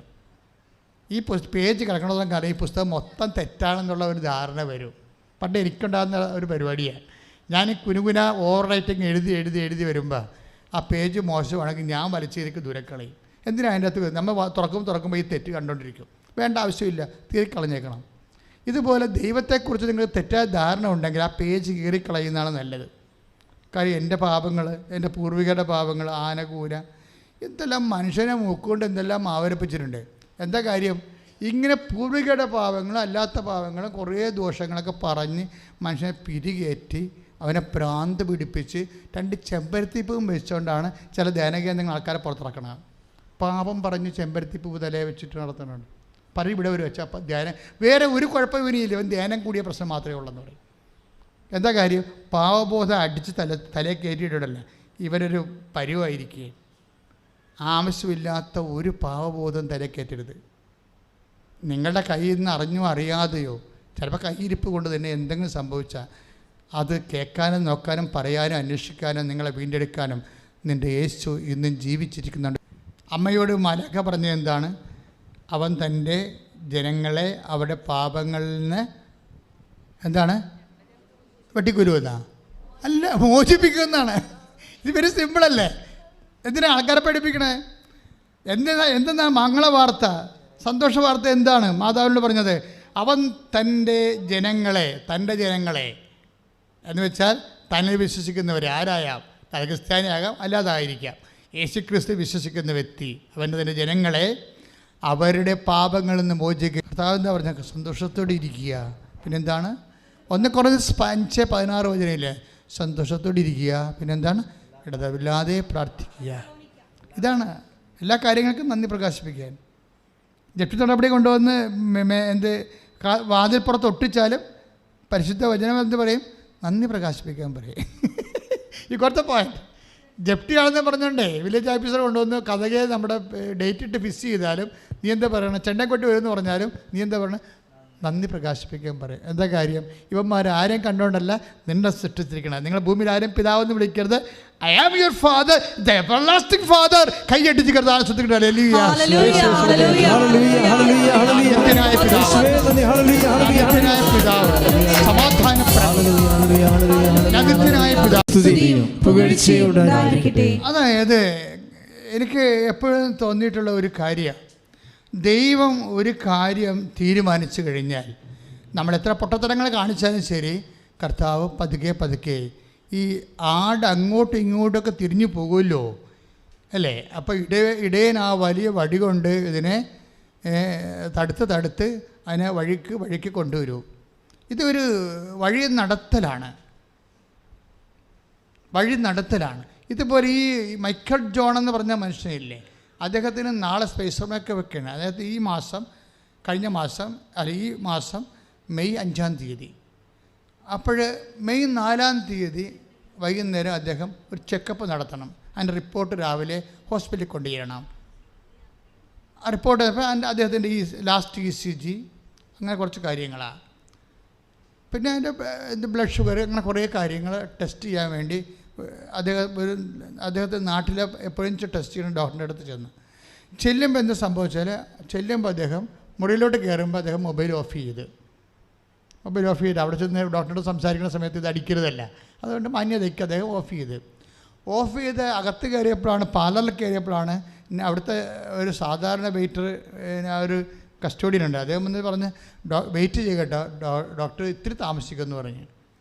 ഡോക്ടർ ഇത്തിരി താമസിക്കും എന്ന് വെച്ച് കഴിഞ്ഞാൽ വേറെ ഒരു ഹോസ്പിറ്റലിൽ വർക്ക് ചെയ്തിട്ട് ഡോക്ടർ അവിടെ നിന്ന് ഓൺ ദി വെയിലാണ്, ഇത്തിരി താമസിക്കുമെന്ന് പറഞ്ഞു.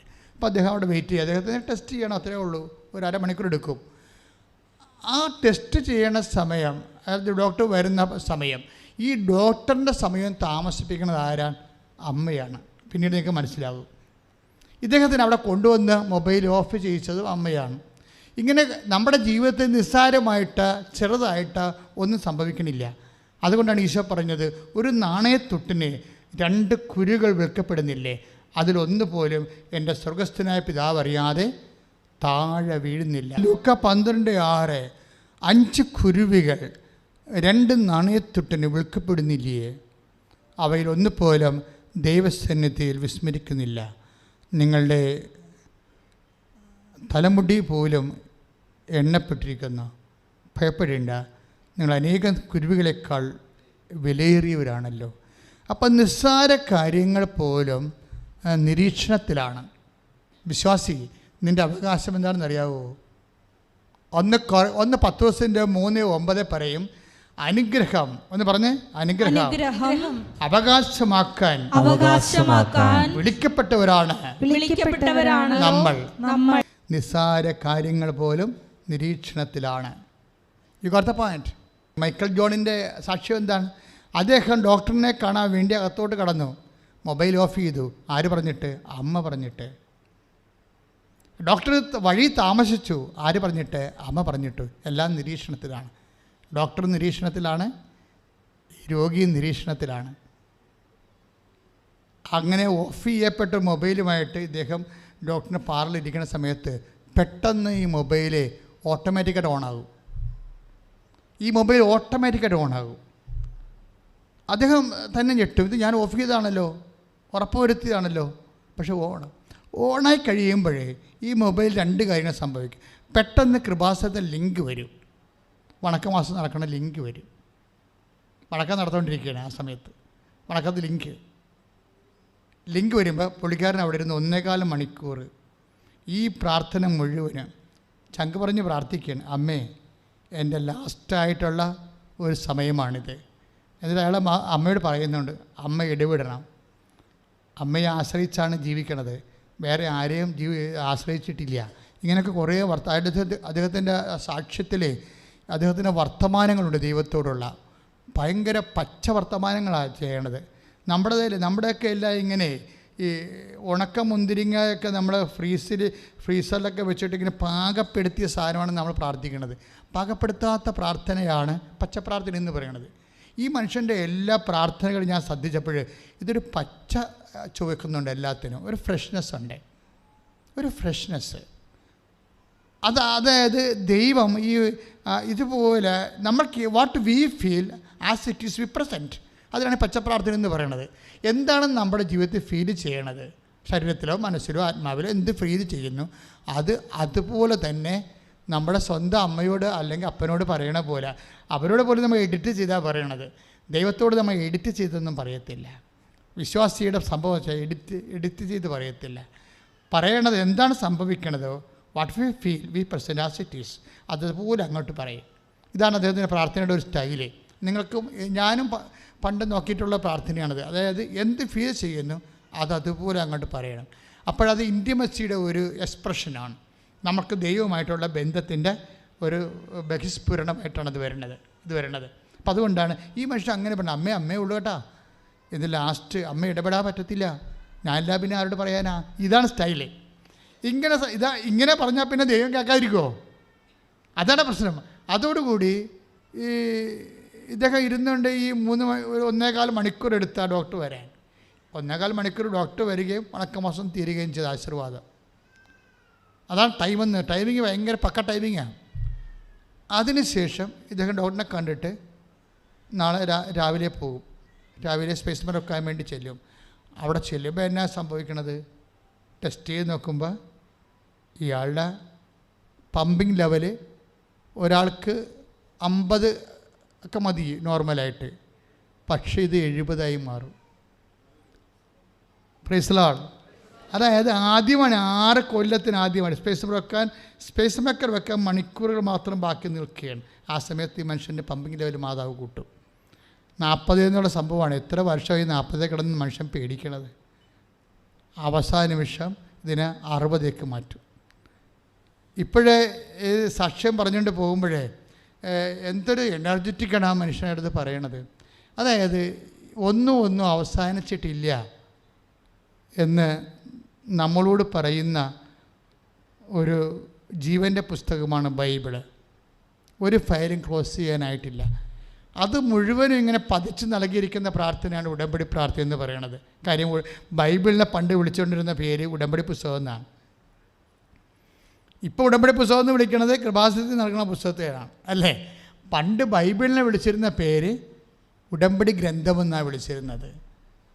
എന്ന് വെച്ചാൽ ദൈവവും മനുഷ്യനും തമ്മിലുള്ള ഉടമ്പടിയിൽ വന്നിട്ടുള്ള ചില പോരായ്മകളെ പരിഹരിച്ചുകൊണ്ടാണ് ദൈവം മരിയൻ ഉടമ്പടി തന്നിരിക്കുന്നത്. കാര്യം എബ്രാഹത്തിൻ്റെ ഉടമ്പടി മധ്യസ്ഥനില്ല, അതുകൊണ്ട് ആ സമയം ലാഗ് ചെയ്ത്. മോസസിൻ്റെ ഉടമ്പടിയിൽ മധ്യസ്ഥനില്ല, അതുകൊണ്ട് അത് 40 വർഷം എടുത്തു. മരിയൻ ഉടമ്പടി എന്ന് പറയുന്നത് ഷിഫ്റ്റാണ്, പെട്ടെന്നാണ് വിഷയങ്ങൾ തീരുമാനം വരണത്. അതിന് സമയമെടുക്കാത്തതിൻ്റെ കാരണം എൻ്റെ സമയം ഇനിയും സമാഗതമായില്ലല്ലോ എന്ന് യേശു പറയണില്ലേ. അവർക്ക് വീഞ്ഞില്ല എന്ന് പറയുമ്പോഴേ നമ്മുടെ ഇല്ലായ്മയും വല്ലായ്മയും ഒക്കെ ദൈവത്തോട് പറയാൻ ദൈവം നൽകിയിരിക്കുന്ന അവധൂതികമായിട്ടുള്ള കപ്പാസിറ്റി, സീൽഡ് പേഴ്സണാണ് ആര്? മറിയാം. ഒരടുക്കള ഉൾപ്പെടെ, അടുക്കളയിലുള്ള മനുഷ്യൻ നിലനിർത്തണത്.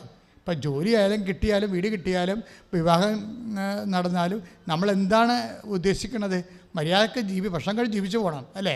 അതിൻ്റെ അടിസ്ഥാനം എന്താണ്? അടുക്കള തന്നെയാണ്. അമ്മ നിൽക്കണ അടുക്കളയിലാണ്, മർമ്മപ്രധാനമായ സ്ഥലത്താണ് നിൽക്കണത്, നിന്നെ നിലനിർത്തണ സ്ഥലത്താണ് നിൽക്കണത്. അവിടെ ഉള്ള പോരായ്മ, അത് വിവാഹത്തിൻ്റെ പോരായ്മയായാലും അതുപോലെ തന്നെ വിദ്യാഭ്യാസത്തിൻ്റെ പോരായ്മയായാലും എല്ലാ പോരായ്മകളും അടിസ്ഥാന പോരായ്മയാണ്.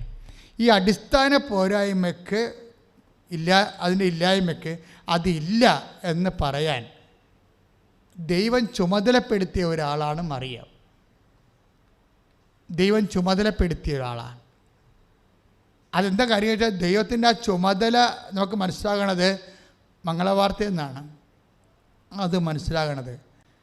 അങ്ങനെ ദൈവചുമതലയുള്ള ഒരാളാണ് ഈ നമ്മൾ ഈശോയും തമ്മിലുള്ള ഉടമ്പടിയുടെ മധ്യസ്ഥയായിട്ട് നിൽക്കണത്. അതുകൊണ്ടാണ് ശരിക്കും വിശ്വസിച്ച് ചെയ്യുന്ന ആൾക്കാർക്ക്, അല്ലെങ്കിൽ ഉടമ്പടി ഉഴപ്പാതെ ചെയ്യുന്ന ആൾക്കാർക്ക് കൃത്യം ആ ടൈമിന് തന്നെ മറുപടി പറയാൻ കാര്യം. ചില ആൾക്കാർ ഉടമ്പടി ഉഴപ്പുന്നുണ്ടല്ലോ. ഇപ്പം ഇന്നലെ ഈ ദിവസങ്ങളിലെ അനു എന്നും പറഞ്ഞ് അബുദാബി, നിങ്ങൾ ആ സാക്ഷ്യം കേട്ട് കാണാം അല്ലേ? കൃപാസനം കുഞ്ഞിനെ കാണാൻ, കൃപാസനം മാതാവിൻ്റെ കുഞ്ഞിനെ കാണാൻ എല്ലാവരും വന്നു. ആശുപത്രിയിൽ തൊട്ടിൽ കണ്ട് പ്രാർത്ഥിച്ചു പോയെന്നൊക്കെ പറഞ്ഞുകൊണ്ട് പെണ്ണ് സാക്ഷ്യം പറഞ്ഞിട്ടുണ്ട്. അനു എന്നവരുടെ പേര്. അവർ മാത്രമല്ല, അവരും ഭർത്താവും ആ കുഞ്ഞും കൂടിയാണ് വന്നത്. അവർക്ക് ഒരു കുഞ്ഞുണ്ടായിരുന്നു നേരത്തെ, അതിപ്പോഴും ഉണ്ട്, ഒരു കുഴപ്പമില്ല. അവർക്കൊരു കുഞ്ഞിനെ കൂടി വേണം. അതും പിന്നെ ജോലി പ്രശ്നം, ഇങ്ങനെ കുറേ കാര്യങ്ങൾ അവർ ഉടമ്പടി ചെയ്യണത്. ഈ അനു ഉടമ്പടി ചെയ്യുമ്പോൾ എന്താ അനു പറയുന്നുണ്ട് ഉടമ്പടി ചെയ്യുമ്പോൾ എന്താ സംഭവം. അവരാദ്യം ഉടമ്പടി ചെയ്തു. ഉടമ്പടി ചെയ്തിട്ട് അവർ പറഞ്ഞു ഞാൻ ഉടമ്പടി ഉഴപ്പി. അവരുടെ സ്വഭാവത്തിലുള്ളതാണ് എല്ലാം ഇങ്ങനെ ഉഴപ്പിയിട്ട് ഓരോ കാര്യം തുടങ്ങി വെക്കും, പിന്നെ ഉഴപ്പും. ചില ആൾക്കാർക്ക് അങ്ങനെ ഉണ്ടല്ലോ, അവരുടെ സ്വഭാവത്തിലുള്ളതാണത്. ചില സമയത്ത് ഇങ്ങനെ ആരംഭശൂരത്തിന് കുറേ പള്ളിയിൽ പോവുകയും പ്രാർത്ഥിക്കുകയും ചെയ്യും, അതിൻ്റെ ഉഴപ്പും. പിന്നെ ഒരു ആരംഭശൂരത്തിൽ പൊടുവ് പ്രാർത്ഥിക്കുക തുടങ്ങും, പക്കായിട്ടൊക്കെ ചെയ്യും, പിന്നെ ഉഴപ്പും. ഒരു ആരംഭശൂരത്തിന് വീട്ടിലെല്ലാം ക്ലീൻ ചെയ്തൊക്കെ വെക്കും. അത് 2 ആഴ്ച കഴിയുമ്പോൾ പിന്നെയും പഴയതുപോലെ വീട് പിന്നെയും അടിക്കലും തൂക്കലും ഒന്നും ഇല്ലാതെ ഉഴപ്പും. ഈ ജന്മനായ രക്തത്തിൽ കിടക്കുന്ന ഉഴപ്പാണ് ഇവർക്ക്. അതായത് അത് കാരണം ഇവർ അതുപോലെ തന്നെ അവർ ഉടമ്പടി എടുക്കുമ്പോഴേ ഒന്ന് ശ്രദ്ധിക്കണം. എനിക്കത് ജന്മനാ ഉഴപ്പുള്ള ആൾക്കാർ അവരത് അംഗീകരിക്കണം.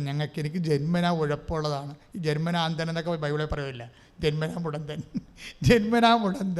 ജന്മനാ അന്തൻ എന്നൊക്കെ ബൈബിളിൽ പറയില്ല. അതുപോലുള്ള ഒരു സാധനമാണ് ജന്മനാ ഉഴപ്പൻ. എന്നുവെച്ചാൽ അവരെന്ത് ചെയ്താലും അവർ ചെറുതായിട്ടൊന്ന് ഉഴപ്പും. കുറച്ച് കഴിയുമ്പോൾ ആദ്യം ഭയങ്കര ഇതായിരിക്കും.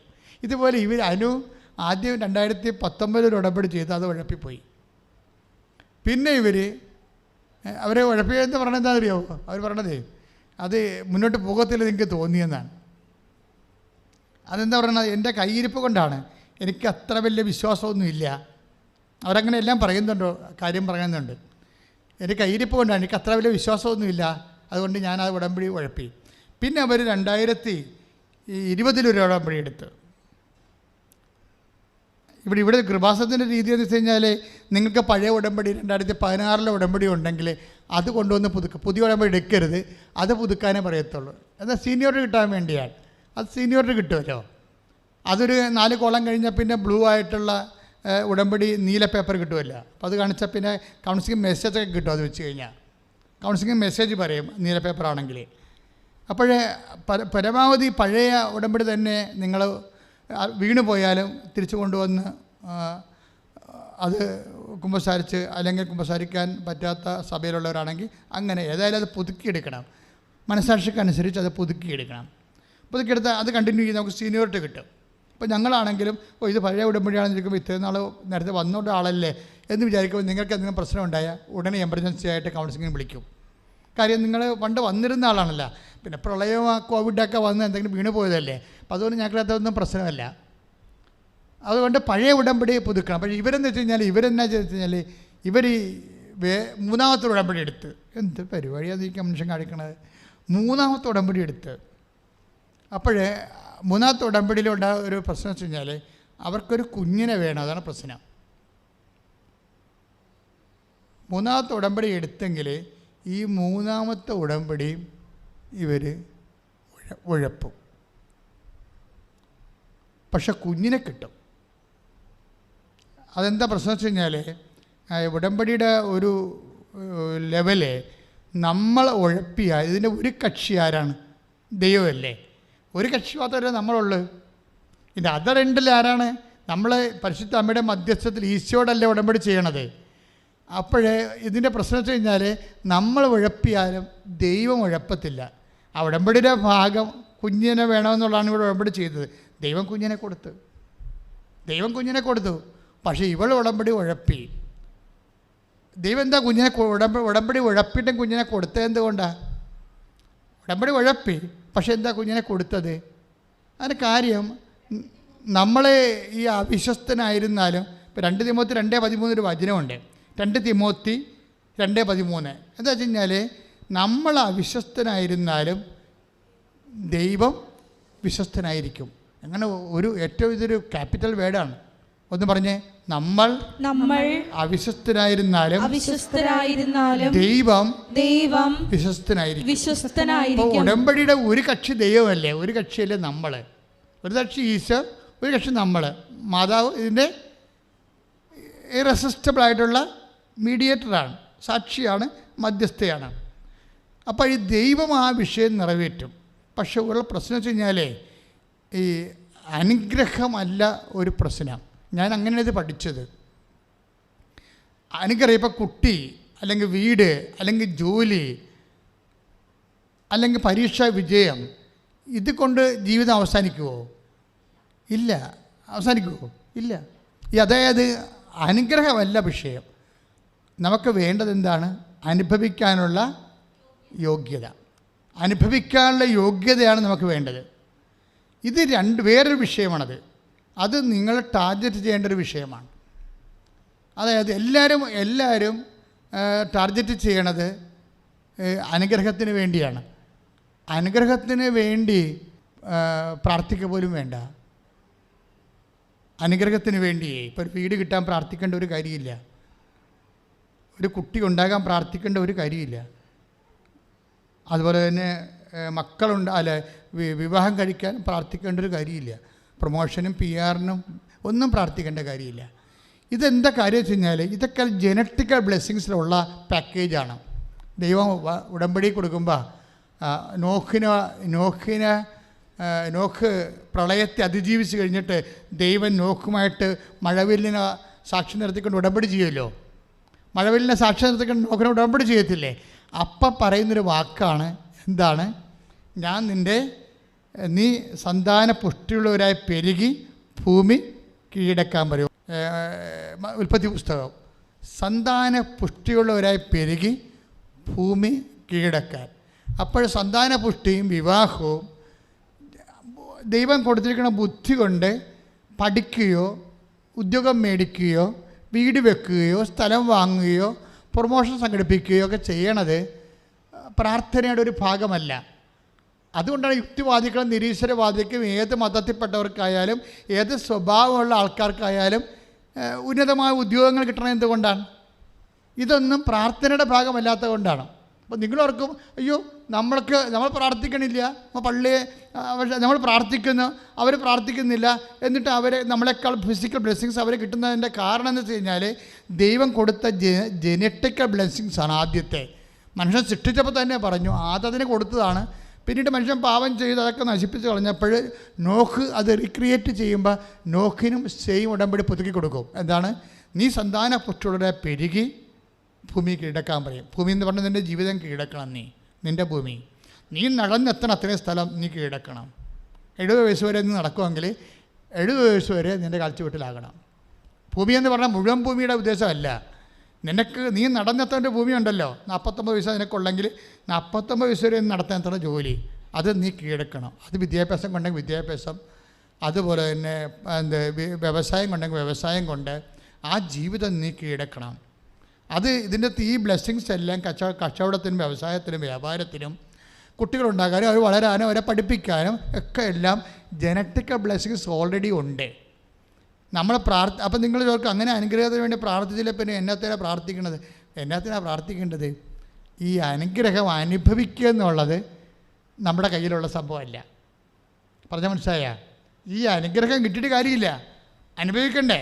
ഇപ്പം 54 വയസ്സുള്ള ചേട്ടത്തി ഒരു കുഞ്ഞിനെ പ്രസവിച്ചെന്ന് പറഞ്ഞില്ലേ, എന്താ കാര്യം? അവരുടെ കുട്ടി 21ാമത്തെ വയസ്സിൽ മരിച്ചു പോയിട്ടാണ്. അപ്പോൾ അവർ ഭർത്താവും ഭാര്യയും തകർന്ന് തരിപ്പണമായി. ഒരു കുഞ്ഞല്ലേ ഉള്ളൂ, ഒരു കുട്ടിയല്ലേ ഉണ്ടാവും. അവനാ വണ്ടി ഇടിച്ച് മരിച്ചത്. ഇതെന്താ സംഭവിച്ചത്? എന്തെങ്കിലും അത്യാഹിതങ്ങളൊക്കെ സംഭവിക്കണത് സ്വാഭാവികമായിട്ട് എല്ലാപ്പോഴും അല്ല, ചിലപ്പോഴെങ്കിലും ഉടമ്പടി ലംഘനവുമായിട്ട് പ്രൊട്ടക്ഷൻ പോകും. നമുക്ക് ഉടമ്പടി എടുക്കത്തില്ലേ? അപ്പോൾ നിങ്ങൾ വിവാഹം കഴിക്കുകയാണ്, വിവാഹം ഉടമ്പടിയല്ലേ? വിവാഹത്തിലുണ്ടാകുന്ന കുഞ്ഞുങ്ങളെ, ആ ഉടമ്പടി എന്തൊക്കെയാണ് നമ്മൾ പറയണത്? വിവാഹത്തിലുണ്ടാകുന്ന കുഞ്ഞുങ്ങളെ പുണ്യപൂർണ്ണമായി വളർത്താം, മാതാപിതാക്കന്മാർ തമ്മിൽ മരണം വരെ വേറെ. ഇപ്പോൾ ഇന്നലെ ഒരു സാക്ഷ്യം ഉണ്ടായി, ഞാൻ സിംഗിൾ മദറാണെന്ന്. നീ എന്ത് ബദർ? അവൾ ഡൈവേഴ്സ്ഡ് ആണെന്ന് പറഞ്ഞതിന് വേണ്ടി പുതിയ വാക്യം കണ്ടുപിടിച്ച് വന്നിരിക്കുകയാണ് പാർട്ടി. ഞാൻ സിംഗിൾ മദറാണെന്ന്. അതിൻ്റെ അർത്ഥം ഷീസ് ഡൈവേഴ്സ്ഡ്. ചിലപ്പോൾ അവളുടെ കയ്യിരിപ്പ് കൊണ്ട് തന്നെ ആയിരിക്കും അങ്ങനെ ആയത്. അപ്പോൾ ഈ ഡൈവേഴ്സുകാരെല്ലാം കൂടി പുതിയൊരു മതം ഉണ്ടാക്കുകയാണ്, single mother, double mother, triple mother, മാതാവേ. അപ്പോൾ അഭ്യാസമൊന്നും കാണിക്കരുത്. ഈ 21 ലക്ഷത്തോളം ആൾക്കാരെ കൗൺസിൽ ചെയ്തപ്പോൾ എനിക്ക് മനസ്സിലായ ഒരു സത്യമുണ്ട്. ഈ പല വിഷയങ്ങളും നിങ്ങളുടെ ഡൈവേഴ്സിന് ദൈവത്തിൻ്റെ കൺകറൻസ് ഇല്ല. സഭയിലെ നിലയം വിളിച്ച് ഓടി നടന്ന് ഓരോ സഭ പിന്നെ നിയമമൊക്കെ നോക്കി കരുണയൊക്കെ നോക്കി പിന്നെ ഇത് ഈ ഭക്ഷണം കഴിക്കാതെ ജീവിക്കണമല്ലോ എന്ന് ഓർക്കും. എങ്ങനെയാ? കുർബാന സ്വീകരിക്കാതെ ജീവിക്കണമല്ലോ എന്ന് ഓർക്കുമ്പോൾ, സഭയ്ക്കൊരു ബാധ്യതയില്ല എന്ന് ഓർക്കുമ്പോൾ, കുറേ നാളിങ്ങനെ നടത്തി കഴിയുമ്പോൾ അത് എന്തെങ്കിലും ലൂപ്പ് ഹോള് നിങ്ങളെ രക്ഷിക്കാനുള്ളത് നിയമപരമായിട്ട് കണ്ടെത്തിയ നിങ്ങളെ സഭ വെറുതെ വിടും. പക്ഷെ ദൈവം വെറുതെ വിടത്തില്ല. ഉള്ള കാര്യം ഞാൻ പച്ചക്ക് പറയുകയാണ്. നിങ്ങൾ എന്ത് ഗ്രൗണ്ടിലാണ്? സമ്പത്തിൻ്റെ കാര്യത്തിലാണെങ്കിൽ ഒരിക്കലും നിങ്ങൾ വെറുതെ വിടത്തില്ല. കാര്യം നിങ്ങളെ സമ്പത്തിനേക്കാൾ പ്രാധാന്യം കൊടുത്തില്ല, ഐഡോളട്രി ആയില്ലേ. അപ്പോൾ ഭർത്താവിന് ജോലിയില്ല, എന്നെ പറ്റിച്ചു. ഞാൻ MSc B.Ed ആണ്, അവരെന്നോട് പറഞ്ഞത് അവനും MSc ആണെന്നാണ്. നോക്കിയപ്പോൾ BCom ഉള്ളതെന്ന് പറയും. അതിനെ പറ്റിച്ചു. അതും ദൈവം ഏക്കണില്ല, ആ സാധനം ഏക്കത്തില്ല. കാര്യം ഇതെല്ലാം ഡിഗ്രിയുടെ കാര്യമല്ലേ ഉള്ളത്. ഡിഗ്രിയും കൊണ്ടുപോയിട്ട് എന്നാ കഴിയുക? ഇതൊക്കെ കുറച്ച് കഴിയുമ്പോൾ അത് പൊടുകോരി തീരാനൊക്കെ പറ്റത്തുള്ളൂ, വേറെ ഒന്നും ചെയ്യാൻ പറ്റത്തില്ല ആ സാധനം കൊണ്ട്. കാര്യം ഒരു ടൈം കഴിഞ്ഞാൽ നിൻ്റെ ഈ ഒരു 70 വയസ്സ് കഴിഞ്ഞാൽ നീ ഇന്ന് ആനക്കാര്യമെന്ന് പറയുന്ന ഒരു കാര്യത്തിനും ഒരു വിലയുമില്ല, വ്യർത്ഥമായ സാധനമാണ്. അപ്പം കല്യാണം കഴിച്ചവർ ഭയങ്കരമായിട്ട് ശ്രദ്ധിക്കണം. അപ്പോൾ എല്ലാവർക്കും അതുപോലെ ശ്രദ്ധിക്കാൻ പറ്റത്തില്ല. ആരോഗ്യമുള്ളവന് മാത്രമേ ഇപ്പം നമ്മളൊരു കുട്ടിനെയും കൊണ്ട് പോവുകയാണ്. ഞാനൊന്ന് പറയണ കേൾക്ക്. നിങ്ങളുടെ കുഞ്ഞിനെയും കൊണ്ട് ഭർത്താവും ഭാര്യയും കൂടി ആശുപത്രിയിൽ പോവുകയാണ്. കൊച്ചിനെ ആരെടുക്കും? ഒരു കുഞ്ഞിനെയും കൊണ്ട് ആശുപത്രിയിൽ പോവുകയാണ് ഭർത്താവും ഭാര്യയും കൂടി. കുഞ്ഞിനെ ആരെടുക്കും? ആർക്കാണ് ആരോഗ്യമുള്ളവർ അവരെടുക്കും. പിടികിട്ടിയ? ഭർത്താവിന് ആരോഗ്യം ഉണ്ടെങ്കിൽ അയാൾക്കാണ് കരൾ രോഗവും അല്ല രോഗമാണെങ്കിൽ കരളെടുക്കാൻ കൊണ്ട് എടുപ്പിക്കാൻ പറ്റുമോ? ഇല്ല. ആർക്കാണ് ആരോഗ്യമുള്ളത് അവരെടുക്കും കൊച്ചിനെ. That is simple, that is normal. നിങ്ങളുടെ ഡൈവേഴ്സിൻ്റെ വക്കീലാണെങ്കിൽ ആർക്കാണ് വിശ്വാസത്തിൻ്റെ ആരോഗ്യമുള്ളത് അവരാണ് അത് നിലനിർത്തി കൊണ്ടുപോകേണ്ടത്. You got the point. നിങ്ങൾ ഡൈവേഴ്സിൻ്റെ വക്കീലാണ്, പക്ഷേ വിശ്വാസത്തിൽ നിങ്ങളുടെ ഭർത്താവിന് വിശ്വാസമില്ല, അയാൾക്ക് ഭാര്യയ്ക്ക് വിശ്വാസമില്ല. അല്ലെ കാണുന്ന ആണുങ്ങളെ കാണുമ്പോഴും പെണ്ണുങ്ങളെ കാണുമ്പോഴും പല്ലടിച്ച് കാണിക്കുകയും തോണ്ടുകയും ചാറ്റുകയും ചീറ്റുകയും ഒക്കെ ചില പാർട്ടിയാണ്. എനിവേ, ആർക്കാണ് അതിൻ്റെ അകത്ത് ആരോഗ്യമുള്ളത്? കർത്താവിനോട് ആരാണ് അടുത്ത് നിൽക്കുന്നത്? അവർക്കാണ് ഈ വിഷയം കൺട്രോൾ ചെയ്തു പോകാനുള്ള കപ്പാസിറ്റിയും അധികാരവും അവകാശവും ദൈവദൃശ്യന് കടമയുള്ളത്. അപ്പോൾ ദൈവത്തിൻ്റെ പക്ഷം ചേർന്ന് നിൽക്കുന്നവർ മാക്സിമം കോംപ്രമൈസ് തയ്യാറാകണം. കാര്യം നീ ആരുടെ കൂടെയാണ് നിൽക്കുന്നത്? ദൈവത്തിൻ്റെ കൂടെയാണ്. കാര്യം ദൈവത്തിൻ്റെ കൂടെ നിൽക്കുമ്പോൾ ഏത് കാലത്തായാലും നമ്മൾ 70 കൊല്ലം ജീവിച്ചു കഴിഞ്ഞാൽ പിന്നെ തീർന്നില്ല പരിപാടി. അമ്മയെ ഞാൻ നേരിട്ട് കണ്ടതാ. അപ്പോൾ പുനരുദ്ധാനം എന്താണെന്ന് എനിക്കറിയാം. നിങ്ങൾക്ക് കേട്ടറിയുള്ളേ, ഞാൻ കണ്ടറിഞ്ഞുള്ള. അതുകൊണ്ടാണ് ഞാൻ സീരിയസ് ആയിട്ട് പറയണത്. ദൈവം വെറുതെ നക്കാപ്പിച്ച കാര്യത്തിന് തർക്കിച്ച് ദൈവപ്രസാദം നഷ്ടപ്പെടുത്തിക്കൊണ്ട് നിങ്ങൾ ഒരു സാധനം ഉണ്ടാക്കിയിട്ടൊരു കഥയുമില്ല. You will lost your protection. നിങ്ങളുടെ പ്രൊട്ടക്ഷൻ പോകും, സംരക്ഷണം പോകും. അനുഗ്രഹമല്ല വിഷയം. അനുഭവിക്കാനുള്ള യോഗ്യത എന്ന് പറയുന്നത് we get through the protection of God. ദൈവത്തിൻ്റെ സംരക്ഷണം വേണം. ഐസയ 29:8 അവർ ഭക്ഷിക്കുന്നതായി സ്വപ്നം കാണുന്നു. Only dream. അവർ ഭക്ഷിക്കുന്നതായി സ്വപ്നം കാണുന്നു. പിന്നെന്താണ്? വിശപ്പ് കെടാതെ അവരെഴുന്നേറ്റ് വരുന്നു. അവർ കുടിക്കുന്നതായി സ്വപ്നം കാണുന്നു. പിന്നെന്താണ്? വരണ്ട തൊണ്ടയുമായി എഴുന്നേൽക്കുന്നു. ഇത് വായിച്ചത് കർത്താവ് എനിക്ക് വചനം കാണിച്ചു തന്നെ എപ്പോഴാണെന്നറിയാവൂ? അതായത് നമ്മൾ ചിലർ നാട്ടിലെ വീട് വിൽക്കണമെന്ന് പറഞ്ഞ് വരും എൻ്റെ അടുത്ത്. അച്ഛാ എന്തിനാണ് പ്രാർത്ഥിക്കേണ്ടത്? അച്ഛാ അതേ ഞങ്ങളുടെ വീടൊന്ന് വിറ്റ് തരണം. ഞാൻ പറഞ്ഞ വീട് വിൽക്കാൻ പോണോ? നാട്ടിലെ വീട് മക്കളൊന്നുമില്ല, ജോലിക്കാർ. അച്ഛാ 2 പേരും ജോലിക്കാരാണ്. ഞാൻ പറഞ്ഞു 2 പേരും ജോലിക്കാരാണ്, പിന്നെ എന്തിനാണ് വീട് വിൽക്കണത്? അല്ല അവർ പറഞ്ഞിട്ടാണ് വീട് വെക്കുന്നത്. എന്തിനാണ്? അങ്ങോട്ട് ചെല്ലാൻ പറഞ്ഞെന്ന്. എങ്ങോട്ടാണ്? കാനഡയിലേക്ക്, UK നാട്ടിലെ വീട് വിറ്റിട്ടേ മക്കൾ പറഞ്ഞെന്ന് കാനഡയിലേക്ക് ചെല്ലാൻ. അവരവിടെ നോക്കിക്കൊള്ളാമെന്ന് പറഞ്ഞ്. അത് നോക്കിക്കൊള്ളാൻ അവരവിടെ ഉണ്ടാകത്തില്ല. അവർക്ക് പോകണേ, ജോലിക്ക് പോകണേ, ഞങ്ങൾ നോക്കിയിരിക്കുന്ന അധികാരം. എന്താ പ്രോബ്ലം എന്ന് വെച്ച് കഴിഞ്ഞാൽ ഇവർ ഈ വീടിന് ബാങ്കിൽ നിന്ന് ലോൺ എടുത്ത് ഇതിന് കടമായി, ഇത് പഴയ വീടായി, ഇത് നന്നാക്കാൻ വേണ്ടിയാണല്ലോ ഇവർ ഇംഗ്ലണ്ടിൽ പോയത്. ഇപ്പം നന്നാക്കുമെന്ന് പറഞ്ഞിരിക്കുകയാണല്ലോ അമ്മമ്മ. കൊഴിക്കാതാണ്ട് വന്ന പോലെ കാത്തിരിക്കുകയാണ്. മക്കൾ വന്ന് ഇപ്പം നന്നാക്കുമെന്നും പറഞ്ഞു. പക്ഷേ ഇപ്പം മക്കളെന്താ പറയണത്? ഈ വീട് വിൽക്കാൻ. എന്താ കാര്യം? ഇവരവിടെ പോയൊരു വീട് വാങ്ങിച്ച്, ആദ്യം ഭർത്താവ് ഉണ്ടായി, അത് പയ്യൻസ് ഉണ്ടായി, പിന്നെ കല്യാണം കഴിക്കണമെങ്കിൽ അവിടെ ഒരു മലയാളി കുടുംബമായിട്ട് താമസിക്കുന്നവൻ വാടക 50-50 ചെയ്ത് കൊടുക്കുകയാണ്. അത് കഴിഞ്ഞപ്പോൾ കല്യാണം കഴിക്കണ്ടേ? അതിനെ അവർ ആ മലയാളി ആൾക്കാർ ഇതിനിടയിൽ പോയി അവിടുന്ന്. അവർക്ക് ജോലി കിട്ടിയപ്പോൾ വേറെ ജോലി കിട്ടിയപ്പോൾ അവർ ട്രാൻസ്ഫർ ആയിപ്പോയി. അപ്പോൾ ഈ വീടിൻ്റെ വാടക മൊത്തം ഈ മനുഷ്യൻ്റെ പെടലിക്കായി. അപ്പോൾ ആ വീടായാലും ഭാര്യയും ഭർത്താവും കൂടി ആ വീട് വിലക്കെടുത്ത് 3.5 കോടിക്ക് വിലക്കെടുത്ത് 3.5 കോടിക്ക് വിലക്കെടുത്ത് കഴിഞ്ഞപ്പോൾ അത് എല്ലാ അമ്മയോടും അപ്പനോടും ചോദിച്ചിട്ടാണ് എടുത്തത്. ചോദിക്കാവൊന്നും ചെയ്തിട്ടില്ല. കാര്യം അമ്മയും ഞങ്ങളിവിടെ ഒരുമിച്ച് താമസിക്കുകയാണ്. ഇപ്പോൾ അവർ വാടകയ്ക്ക് തന്ന ആൾക്കാർ പോയി ഇവിടുന്ന്. ഇപ്പോൾ വീടിൻ്റെ മുഴുവനും ഹൗസ് ഓണർ പറഞ്ഞ് നിങ്ങളിതാ, അല്ലെങ്കിൽ വേറെ ആൾക്കാർ നിങ്ങൾ പൊറപ്പിച്ചോ, എനിക്കെൻ്റെ കാശ് കിട്ടിയാൽ മതി എന്നുള്ളതാണ്. വേറെ ആൾക്കാർ നോക്കി നോക്കാൻ അവർക്ക് നേരെയില്ല. ഞങ്ങൾക്ക് മലയാളീസിനെ കിട്ടിയില്ലെന്ന് പറഞ്ഞ്. അപ്പോൾ അങ്ങനെ വന്നപ്പോൾ എന്താ സംഭവിച്ചിരിക്കണത്? ആ വീടിൻ്റെ മുഴുവൻ വാടക ഇവരുടെ തലയിലായി. ചിലപ്പോൾ 1-2 ലക്ഷം രൂപ വരുമായിരിക്കും വാടക. അപ്പോൾ അവരെന്താ കണക്ക് കൂട്ടി നോക്കിയിട്ടുണ്ടെങ്കിൽ ഇങ്ങനെ പോയി കഴിഞ്ഞാൽ ഒരു 6 ലക്ഷം 6 വർഷം 7 വർഷം കൊണ്ട് വാടക മാത്രം കൊടുത്താൽ ആ കാശോടി നമുക്കൊരു വീട് മേടിക്കാവില്ല. അതും അമ്മയോടും അപ്പനോടും പറഞ്ഞപ്പോൾ പറഞ്ഞ പോലെ അത് ശരിയാണല്ലോ മക്കളെ, ഇത്രയും വാടക കൊടുത്ത് മുടിക്കണ എന്തിനാണ്? നിങ്ങളൊരു വീട് വാങ്ങിച്ച് ലോൺ എടുത്ത് വീട് വാങ്ങിച്ച്. അപ്പോൾ ലോണിന് ഇപ്പം എന്നാ പറ്റിയത്? 23 കോടിയുടെ ടാക്സ് ഉണ്ട്. ആ വീടിൻ്റെ ടാക്സ് അല്ല, കൂടാതെ തന്നെ അതിൻ്റെ ലോണില്ലേ, ആ ലോണും പിന്നെ ഇവിടെ കുഞ്ഞുങ്ങളെ 2 പേരെ പഠിപ്പിക്കണ്ടേ, അതിൻ്റെ കാശൊക്കെ ആയിട്ട് ഒക്കണില്ല. പിന്നെ കടമായി, ലോണ് മുടങ്ങുന്നുണ്ട്. അപ്പോൾ ബാങ്കിൽ പോയിൻ്റ് കുറയും. പിന്നെ ഇവിടെ ATM കാർഡ് വേറെ കാർഡൊക്കെ ഉണ്ടല്ലോ, അത് കാണിക്കുമ്പോൾ തന്നെ ഇവർക്ക് പോയിൻറ്റ്സ് ഇല്ല. അവിടെ പോയിൻറ്റ്സ് ഇല്ലെങ്കിൽ പിന്നെ വേറെ പണിയാവും. അപ്പോൾ അതോടുകൂടി അവർ പരിങ്ങലായി. അപ്പോൾ എന്നെ ഇപ്പോൾ പറയണത് അതായത് ഇപ്പോൾ പറയണത് നാട്ടിലെ വീട് വിറ്റിട്ട് അപ്പനും അമ്മയും കൂടി അങ്ങോട്ട് ചെല്ലാനാണ് പറയണത്.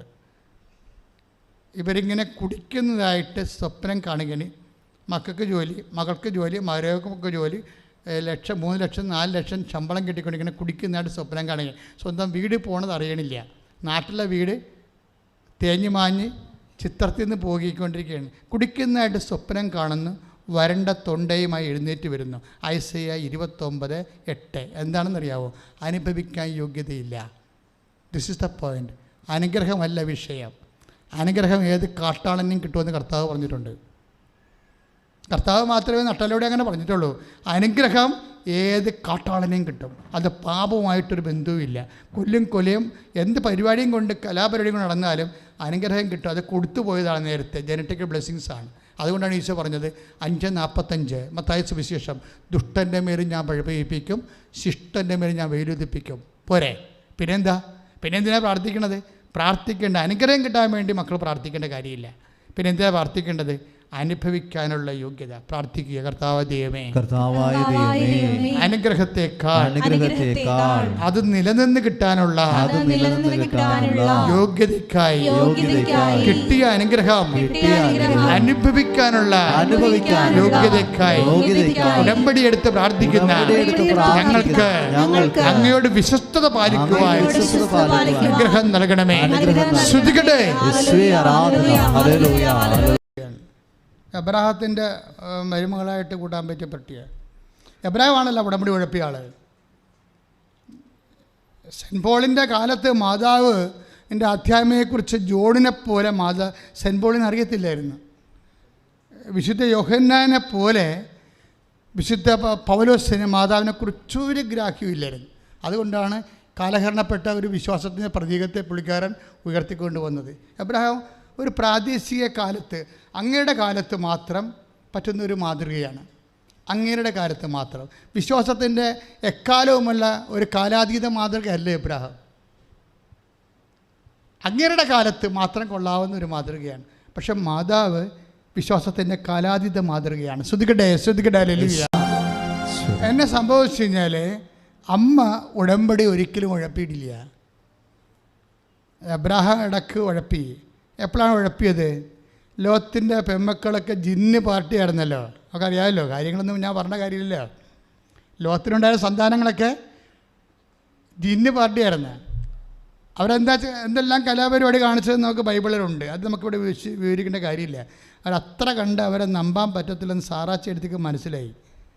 ഇനി ഇവരുടെ മക്കളുമൊക്കെ ഇയാളുടെ ലോത്തിൻ്റെ ആൾക്കാരുമൊക്കെ വേലക്കാരുമൊക്കെ വില്ലന്മാരാണ്, തമ്മിലടിയാണ് എപ്പോഴും. എബ്രാഹത്തിൻ്റെ ആൾക്കാരോട് തമ്മിലടിയാണ്.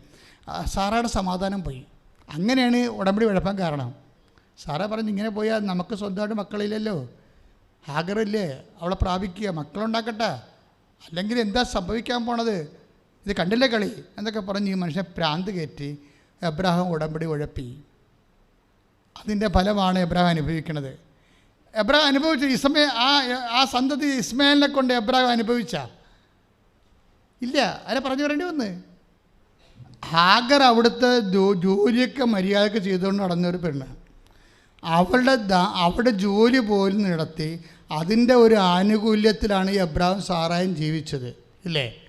ഉടമ്പടി തെറ്റിച്ചപ്പോൾ എന്നാ പറ്റി? അവളുടെ ജോലി നഷ്ടപ്പെട്ട് അവളെ വീട്ടിൽ നിർത്താൻ പറ്റാത്ത രീതിയിലായി. എന്താണ്? അനുഭവിക്കാൻ യോഗ്യതയില്ലാതെ. ഇസ്മായിൽ ജനിച്ചപ്പെട്ട് വല്ല കാര്യമുണ്ടോ? ഇസ്മായിലിനെ കൊണ്ടും അനുഭവിക്കാൻ പറ്റാതെ. അതായത് നിങ്ങൾ ഉടമ്പടി ഇപ്പം തന്നെ ഈ അനുവിന് എന്താ സംഭവിച്ചിരിക്കണത്? അനുവിന് ഉടമ്പടി 3 പ്രാവശ്യം ഉഴപ്പി. പക്ഷെ ദൈവം കുഞ്ഞിനെ കൊടുത്തു. ദൈവം 2 തിമോത്തി 3:13 അനുസരിച്ച് കൊണ്ട് നമ്മൾ അവിശ്വസ്തരായിരിക്കുമ്പോൾ ദൈവം വിശ്വസ്തനായിരുന്നു. പക്ഷേ അനുഭവിക്കാൻ യോഗ്യതയില്ല. എന്താ കാര്യം? 6-ാം മാസത്തിൽ പ്രസവിച്ചതാണ്. അതാണ് പ്രശ്നം. അനുവിൻ്റെ പ്രശ്നം അതാണ്. കുഞ്ഞിനെ 6-ാം മാസത്തിൽ പ്രസവിച്ചു. 6-ാം മാസത്തിൽ പ്രസവിച്ചപ്പോൾ എന്താണ്? 800 ഗ്രാമാണുള്ളത്. ഉടമ്പടി ഉഴപ്പിയെന്ന് പറഞ്ഞാൽ ദൈവം തരാതിരിക്കത്തില്ല. പക്ഷെ നമുക്ക് അനുഭവിക്കാനുള്ള യോഗ്യത ഉണ്ടാകത്തില്ല. അനുഗ്രഹം കിട്ടും, പക്ഷേ അനുഭവിക്കാൻ യോഗ്യത ഉണ്ടാകത്തില്ല. എന്താ കാണാം? 6-ാം മാസത്തിൽ പ്രസവിച്ചു. 6-ാം മാസത്തിൽ പ്രസവിച്ചാൽ കുഴപ്പം എന്താ? ഇൻക്യുബേറ്ററിൽ കൊണ്ടേ കൊച്ചിനെ വെച്ചു. പക്ഷേ ഇൻക്യുബേറ്റർ വെക്കണത് നമുക്കറിയാമല്ലോ, ഒരു 1200 ഗ്രാമെങ്കിലൊക്കെ ഉണ്ടെങ്കിൽ സ്വന്തമായിട്ട് ശ്വസിക്കണേ കുഴപ്പമില്ല. ഇത് ശ്വാസകോശം പോലും ഡെവലപ്പ് ചെയ്ത് വന്നിട്ടില്ല. അതുകൊണ്ട് ഇൻക്യുബേറ്റർ കിടന്നിട്ട് പിന്നെ വെൻറ്റിലേറ്ററും വെച്ച് 2 കൂടി വെച്ചിരിക്കുകയാണ്. അപ്പോൾ കുഞ്ഞായാലും മരിച്ചു പോകുന്ന ഉറപ്പായി. കുഞ്ഞ് മരിച്ചത്, അതായത് ഇവക്കത് അനുഭവിക്കാൻ യോഗ്യതയില്ല. പക്ഷേ ഇവള് ഒക്കെ ഉണ്ടായിരുന്നൊരു ഗുണം, ഈ കൊച്ചിനെ അവൾ എഴുതി തള്ളി. കൊച്ച് മരിച്ചതായിട്ട് കണക്കാക്കി. ആശുപത്രിയിൽ തന്നെ താമസിക്കണേ. കുഞ്ഞുങ്ങളുടെ വാർഡിൽ താമസിക്കുകയാണ്. അതിനെ ഇൻക്യുബേറ്ററിൽ വെച്ചിട്ട് പിന്നെ വെൻറ്റിലേറ്ററും കിടപ്പിച്ച് വെച്ചിരിക്കുകയാണ്. കുഞ്ഞെ കിട്ടത്തില്ലെന്ന് ഉറപ്പാണ്. കാര്യം 800 ഗ്രാം എന്ന് പറയുമ്പോൾ 1 കിലോ ഇറച്ചി എന്തുമാത്രം ഉണ്ടാവും? കുഞ്ഞ് തൊടാൻ പോലും പറ്റത്തില്ല. നമ്മുടെ കയ്യെ പോരും കൊച്ച്, കയ്യെ തോണ്ടിപ്പോരും. ആ രൂപത്തിലെ അവസ്ഥ. അപ്പോൾ ഈ കുഞ്ഞിനെ ഇവൾ ഉപേക്ഷിച്ചെങ്കിലും ദൈവം കുഞ്ഞിനെ ഉപേക്ഷിച്ചില്ല. അതാണ് വിഷയം. അതാണ് തിമോത്തി 2:13. എന്താണ്? നമ്മൾ കുഞ്ഞിനെ ഉപേക്ഷിച്ചപ്പോൾ നമ്മൾ അവിശ്വസ്തരായി. പക്ഷേ ദൈവം എന്ത് ചെയ്ത്? ദൈവം കുഞ്ഞിനെ മുമ്പത്തേക്കാൾ ഫ്രഷായി കൊണ്ടുവന്നു. അപ്പോൾ നേഴ്സുമാർ പറഞ്ഞു, ഇത് 21 കുട്ടികളെ ഇതിൻ്റെ ഈ വാർഡിലുണ്ട്, പലരും മരിച്ചു മാറുകയാണ്. പക്ഷേ നിങ്ങളുടെ കുഞ്ഞിന് എന്തോ ഒരു ഗുണമുണ്ടല്ലോ എന്ന് പറഞ്ഞ് അത് പിന്നെയും ചാടി വരികയാണ് ജീവിതത്തിലോട്ട്. അപ്പോൾ ഇവർക്കൊരു പ്രത്യാശയായി. ഉടമ്പടി ഉഴപ്പിയാനും ഒരു പരിപാടി ചെയ്തു. ഇത് എൻ്റെ കഴിവല്ലെന്ന് മനസ്സിലായി. കണക്കിന് ഡോക്ടർ പറഞ്ഞു കൊച്ചു മരിക്കേണ്ട സമയം കഴിഞ്ഞെന്ന് പറയും. ഇപ്പം ഞങ്ങൾ വെൻറ്റിലേറ്ററിൽ നിന്ന് മാറ്റാൻ പോകുന്ന കൊച്ചിന് സ്വന്തമായിട്ട് ശ്വസിക്കാൻ പറ്റുമെന്ന്. അത് മാറുകയാണ്, പെട്ടെന്നാണ് കാര്യം മാറുന്നത്. ഈ 800 ഗ്രാമുള്ള കൊച്ച് 1200 പെട്ടെന്ന് വെൻറ്റിലേറ്ററിൻ്റെ കൊച്ചിനെ മാറ്റുകയാണ്. മാറ്റിക്കഴിഞ്ഞപ്പോൾ ഇവൾക്ക് മനസ്സിലായി എന്താ ഇവ ഇങ്ങനെ മാറ്റാൻ കാര്യം വെച്ചാൽ ഇവളെ കൃപാസന മാതാവിൻ്റെ 10 ഫോട്ടോ വെട്ടിയെടുത്ത് അമ്മയാണ് ഇടപെട്ടിരിക്കുന്നതും ഇവളുടെ കയ്യിൽ നിന്ന് കാര്യം പോയി. നിങ്ങളുടെ കയ്യിൽ നിന്ന് കാര്യം പോയാലും അമ്മയുടെ കയ്യിൽ നിന്ന് കാര്യം പോകത്തില്ല, ഓർക്കണം. ഞാൻ ചില ആൾക്കാർ യൂണിവേഴ്സിറ്റി റിജക്റ്റ് ചെയ്ത് ചില ആൾക്കാർ പറയും എൻ്റെ അച്ഛാ ഈ പ്രാവശ്യം മൊഡ്യൂൾസ് പോയെന്ന് പറയും. അപ്പോൾ ഞാൻ നിൽക്ക് എന്ന് പറയും. എന്താ കാര്യം? നമ്മുടെ കയ്യിൽ നിന്നല്ലേ മൊഡ്യൂൾസ് പോയുള്ളൂ. ചില വന്നിട്ട് എൻ്റെ പറയും IELTS-ൻ്റെ MOH അതൊക്കെ എഴുതുമ്പോൾ എൻ്റെ അച്ഛാ ഈ പ്രാവശ്യം മൊഡ്യൂൾസ് പോയെന്ന് പറയും. ഞാൻ നിൽക്കുമോളെ എന്ന് പറയും. എന്താ കാര്യം? നിൻ്റെ കയ്യിൽ നിന്നാണ് ഇത് പോയിരിക്കുന്നത്. അമ്മയുടെ കയ്യിൽ പിന്നെ ഒരു ഉടമ്പടിക്ക് 2 പേരുണ്ടല്ലോ. അതാണ് ഈ സാധാരണ നൊവേനയും ജപമാലും സാധാരണ പ്രാർത്ഥനയും ഉടമ്പടിയും തമ്മിലുള്ള വ്യത്യാസം. നമ്മുടെ കയ്യിൽ നിന്ന് പോയാലും ഒരു പിടി അമ്മയുടെ കയ്യിലുണ്ടാവും. അതാണ് ഈ അനുവിൻ്റെ കൊച്ചിന് സംഭവിച്ചത്. അനുവിൻ്റെ കൊച്ചെന്താ പറയണത്? കുഞ്ഞിനെന്താ പറയണത്? ഇവളുടെ കയ്യിൽ നിന്ന് പോയി, ഇവളെ പ്രാർത്ഥന നിർത്തി ആ കൊച്ചിൻ മരിച്ചതായിട്ട് കണക്കാക്കിയോള്. പക്ഷേ കണക്കാക്കേണ്ട ആളെ കണക്കാക്കിയിട്ടില്ല, അമ്മ കണക്കാക്കിയിട്ടില്ല. അമ്മയുടെ കുഞ്ഞല്ലേ. അതുകൊണ്ടാണ് അവളൊരു പണി ചെയ്ത് ഇവളുടെ കയ്യിൽ നിന്ന് പോയെങ്കിലും കുഞ്ഞ് അവിടെ വാർഡിലുള്ള അബുദാബി ആശുപത്രിയിലുള്ള കുഞ്ഞുങ്ങളെക്കാൾ ഫ്രഷായിട്ട് വരണ കണ്ടപ്പോൾ ഇത് ഡോക്ടർ പറഞ്ഞ് നാളെ മറ്റന്നാളെ വെൻറ്റിലേറ്റർ മാറ്റാമെന്നാണ് തോന്നണം കേട്ടോ, ഇൻക്യുബേറ്റർ മാത്രം മതിയായിരിക്കും എന്ന് പറഞ്ഞ്. കാരണം കുഞ്ഞ് ഭയങ്കര ഗ്രോത്താണെന്ന് പറഞ്ഞു. അതുകൊണ്ട് ഇവളെന്ത് ചെയ്യുന്ന വെച്ചാൽ ഇവർ കൃപാസന മാതാവിൻ്റെ പടം ഒന്ന് വെട്ടിയെടുത്തിട്ട് അത് ഉടമ്പടിക്ക് ആശീർവാദം അതിൻ്റെ അകത്ത് തുന്നിപ്പിടിപ്പിച്ചിട്ട് കൊച്ചിൻ്റെ തൊട്ടിൽ കൊണ്ടുപോയി ഈ ഉടമ്പടിക്ക് ആശീർവാദവും കൃപാസന മാതാവിൻ്റെ പടവും കൂടി കൊച്ചിൻ്റെ അടുത്ത് വെച്ചിട്ട് അവിടെ പിൻ ചെയ്ത് വെച്ചും എഴുതി വെച്ച് ഇതാരും എടുത്തുകൊണ്ട് പോകരുത്, ഇത് കൃപാസന മാതാവാണ്, ഇത് ആരും എടുത്തുകൊണ്ട് പോകരുതെന്ന്. അപ്പോഴേ അവിടെയുള്ള വാർഡിലുള്ള എല്ലാവർക്കും മനസ്സിലായി ഇത് മാതാവിൻ്റെ കുഞ്ഞായത് കൊണ്ടാണ് ഈ കുഞ്ഞിങ്ങനെ സർവൈവ് ചെയ്ത് വരണം. കാര്യം 800 ഗ്രാമേ ഉണ്ടാണ്, ഇൻക്യുബേറ്റർ വെൻറ്റിലേറ്ററിൽ ഇരിക്കുന്ന കൊച്ചാണ്, സർവൈവ് ചെയ്ത് വരികയാണ്. കാര്യം എന്താണ്? കുഞ്ഞിൻ്റെ അമ്മ പിടിവിട്ടാലും യഥാർത്ഥ അമ്മ പരിശുദ്ധ അമ്മയാണ്, പിടിവിടത്തില്ല. അതെപ്പോഴും നിങ്ങൾ മനസ്സിലാക്കണം. ഉടമ്പടിയുടെ ഏറ്റവും വലിയ സെക്യൂരിറ്റി എന്ന് പറയണത് നമ്മുടെ കയ്യിൽ നിന്ന് പോയാലും ഇപ്പം ജപ്തി ആകും വെച്ചാന്ന് പറഞ്ഞാൽ ഞാൻ പറഞ്ഞു നിൽക്കെന്ന് പറയും. പ്രാർത്ഥന മുടക്കരുത്, ഉഴപ്പരുത്. കാര്യം എന്താണ്? ഒരു വചനമാണ് 2 തിമോത്തി 2:13. എന്താണ്? നമ്മൾ അവിശ്വസ്തരായിരുന്നാലും ദൈവം വിശ്വസ്തനായിരിക്കും. അപ്പം ദൈവം ആ വിഷയത്തിൽ എന്തെങ്കിലും ചെയ്തിരിക്കും. ദൈവത്തിൻ്റെ കപ്പാസിറ്റിയിൽ ചെയ്യണത്. അതുകൊണ്ട് നിങ്ങൾ സർവൈവ് ചെയ്യും. അതിൻ്റെ കാര്യം വെച്ചാൽ ഇത് ഉടമ്പടിയുടെ പാക്കേജിൽ ദൈവം അനാദികാലം മുതൽ നൽകിയിട്ടുള്ള ദൈവത്തിൻ്റെ വാഗ്ദാനമാണ്. നമ്മളത് പ്രാർത്ഥിച്ചും വിശ്വസ്തത കാണിച്ചുമാണ് ഇത് പാലിക്കുന്നത്. അപ്പോൾ അതോടുകൂടി ആൾക്കാരൊക്കെ വന്ന് കുഞ്ഞിനെ കാണാനും കുഞ്ഞിനെ അടുത്ത് നിന്ന് പ്രാർത്ഥിക്കാനും തുടങ്ങി. കൊച്ചു ഒക്കെയായി. ഇവിടെ കഴിഞ്ഞ ആഴ്ചയിലാണ് വന്നത് കൊച്ചിനെയും കൊണ്ട്. എന്ത് പൊടി, അതല്ല അടിപൊളി കൊച്ച്, സൂപ്പർ. നമ്മൾ ഒരിക്കലും പറയത്തില്ല ഇത് അരക്കമേ ഉണ്ടായുള്ളൂ എന്ന്. അതായത് ദൈവം തരുമ്പോൾ എല്ലാം പരിഹരിച്ചാണ് തരണത്. ദൈവം നിനക്ക് തരുമ്പോഴും എല്ലാം പരിഹരിച്ച് തരത്തുള്ളൂ. പിന്നെ വിശ്വസ്തത കാണിച്ചു, മാതാവിനെ അക്സെപ്റ്റ് ചെയ്തു.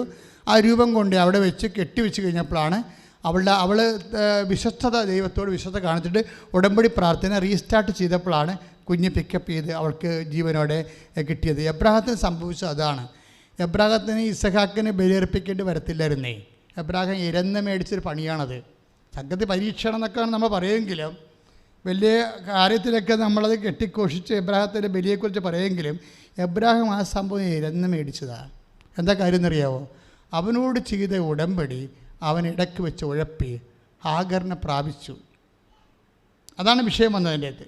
അതുകൊണ്ട് ഇതിനെ പറ്റി കർത്താവിൻ്റെ ഉടമ്പടിയെ ഉഴപ്പിയത് കൊണ്ട്, കർത്താവിനോട് വിശ്വസ്തത കാണിക്കാതിരുന്നത് കൊണ്ടും, പക്ഷേ ദൈവം എന്ത് ചെയ്ത്? ദൈവം അപ്പോഴും ആ ഉടമ്പടിയിൽ വിശ്വസ്തനായിട്ട് തന്നെ നിന്നു. ഇസഹാക്കിനെ കൊടുത്തു. കറക്റ്റല്ലേ? ഉറപ്പല്ലേ സംഭവം? 25 കൊല്ലം കഴിഞ്ഞപ്പോൾ 11ാമത്തെ കൊല്ലമാണ് ഹാഗറിൽ നിന്ന് ഇസ്മായിൽ ജനിക്കണത്. ഉടമ്പടിയുടെ 11ാം കൊല്ലമാണ് ഹാഗറിൽ നിന്ന് ഇസ്മായിൽ ജനിക്കണത്. ഇസ്മായിലിനെ ജനിപ്പിക്കേണ്ട ഒരു കഥയും ഇല്ലായിരുന്നു. അത് ഈ സാറാച്ചേർത്തേക്ക് വിശ്വാസമില്ലാത്ത കൊണ്ടുണ്ടായത്. അവരുടെ വിശ്വാസം ചിരിക്കണ വിശ്വാസമാണല്ല. വിശ്വാസത്തിൻ്റെ എന്ത് കേട്ടാലും ചിരിക്കണ, വായുമ്പോൾ ചിരിക്കണ കുറേ കഴുതകളുണ്ടല്ലേ, അതുപോലെ ഒരു സാധനമാണത്. അതാണ് ദൈവത്തിൻ്റെ വാക്ക് കേട്ടപ്പോൾ അവൾ അകത്ത് കൂടാരത്തിൽ നിന്ന് ചിരിച്ചെന്ന്. പിന്നെ കണ്ണു പിടിച്ച് നോക്കിയപ്പോൾ പറഞ്ഞ് ഉടനെ തടിയൂരി. നീ തടിയൂരുകയൊന്നും വേണ്ട, ചിരിച്ചു. അതാ 18-15. നീ തടി ഊരണ്ട, ചിരിച്ചു. നീ എങ്ങനെ വിശ്വാസത്തിന് കൊഞ്ഞനം കാണിച്ചാൽ കൊഞ്ഞനം കുത്തിയതുപോലെ തന്നെ ഇരിക്കും. ദൈവം അത് അക്സെപ്റ്റ് ചെയ്യത്തില്ല. നീ ചിരിച്ചിരുന്നൊന്നും പറയണ്ട, നീ ചിരിച്ചു. നീ തന്നെ ചിരിച്ച് പണി മേടിച്ച ആളാണ് സാറ. വിശ്വാസത്തിനെതിരെ ചിരിച്ച് പണി മേടിച്ചതാണ്. കാര്യം ഇസ്മായിൽ ജനിച്ചു കഴിഞ്ഞപ്പോഴേ ഇസഹാക്കും ജനിച്ച് അത് കഴിഞ്ഞ് ഇസ്രായേലിന് അപ്പോൾ അവന് എത്ര വയസ്സുണ്ട്? ഈ ഇസഹാക്ക് ജനിക്കണ കാലത്ത് അവന് 11, 9, 14 വയസ്സുണ്ട്. 14 വയസ്സുള്ള ഇസ്മായിലിൻ്റെ കൂടെ 2 വയസ്സ് 1 വയസ്സുള്ള ഇസഹാക്ക് കഴിക്കുമ്പോൾ മിക്കവാറും അവൻ്റെ കണ്ണക്കുരുന്നൊക്കെ പോയിച്ച് കാണും. ആര്? ഇസഹാക്കിൻ്റെ പണി മേടിച്ച് ചിരിച്ച് പണി മേടിച്ചതാണ്. ചിരിച്ച് പണി മേടിച്ചത്. അപ്പോഴാണ് പറഞ്ഞത് ഇവരെ കളഞ്ഞില്ലേ പറ്റത്തില്ലെന്ന് പറഞ്ഞാണ്. അങ്ങനെ കളഞ്ഞു. പക്ഷേ സാറായുടെ വാക്ക് ദൈവത്തിൻ്റെ വാക്കിനേക്കാൾ വില കൊടുത്തു എബ്രാഹാം. ഒന്നുറങ്ങിയാൽ തീരണ പ്രശ്നമല്ലത്. കാര്യം ഉടമ്പടി എന്ന് പറയുന്നത് അവൻ പറയണ പോലെ ചെയ്യണതാണ്. അവൻ പറഞ്ഞതുപോലെ ചെയ്തോളാവുന്നതാണ്. സീനായ മലമുകളിൽ നിന്നുകൊണ്ട് താഴെ മോസസ് പറയുമ്പോൾ ജനങ്ങൾ എന്താ പറയണത്? കർത്താവ് പറഞ്ഞതുപോലെ ഞങ്ങൾ നിറവേറ്റിക്കൊള്ളാവുന്ന ജനങ്ങൾ പറയണതാണ്.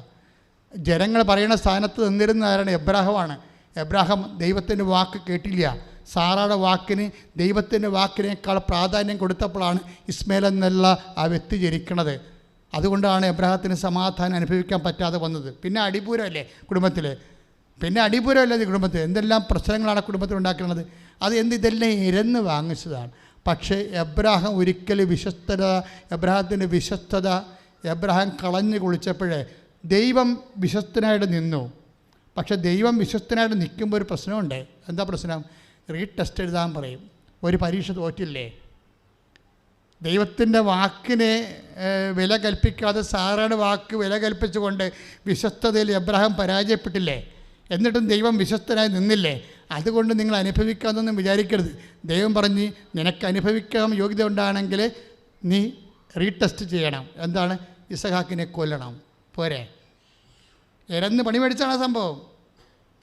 അതായത് നിങ്ങൾ ദൈവത്തിൻ്റെ തിരുസ്ഥന അവിശ്വസ്തത കാണിച്ചാൽ ഈ ഭൂമി വെച്ച് നിങ്ങളെക്കൊണ്ട് തന്നെ ദൈവം വിശ്വസ്തത പാലിക്കുന്നതിനുള്ള പരീക്ഷണങ്ങൾ നൽകുമ്പോൾ നിങ്ങൾ ബോധപൂർവ്വം ഉറച്ചു നിൽക്കുന്ന അതിനെ അതിജീവിക്കണം. Stand up to him strong in faith എന്ന് എന്തുകൊണ്ടാണ് പത്രോസ് പറഞ്ഞത്?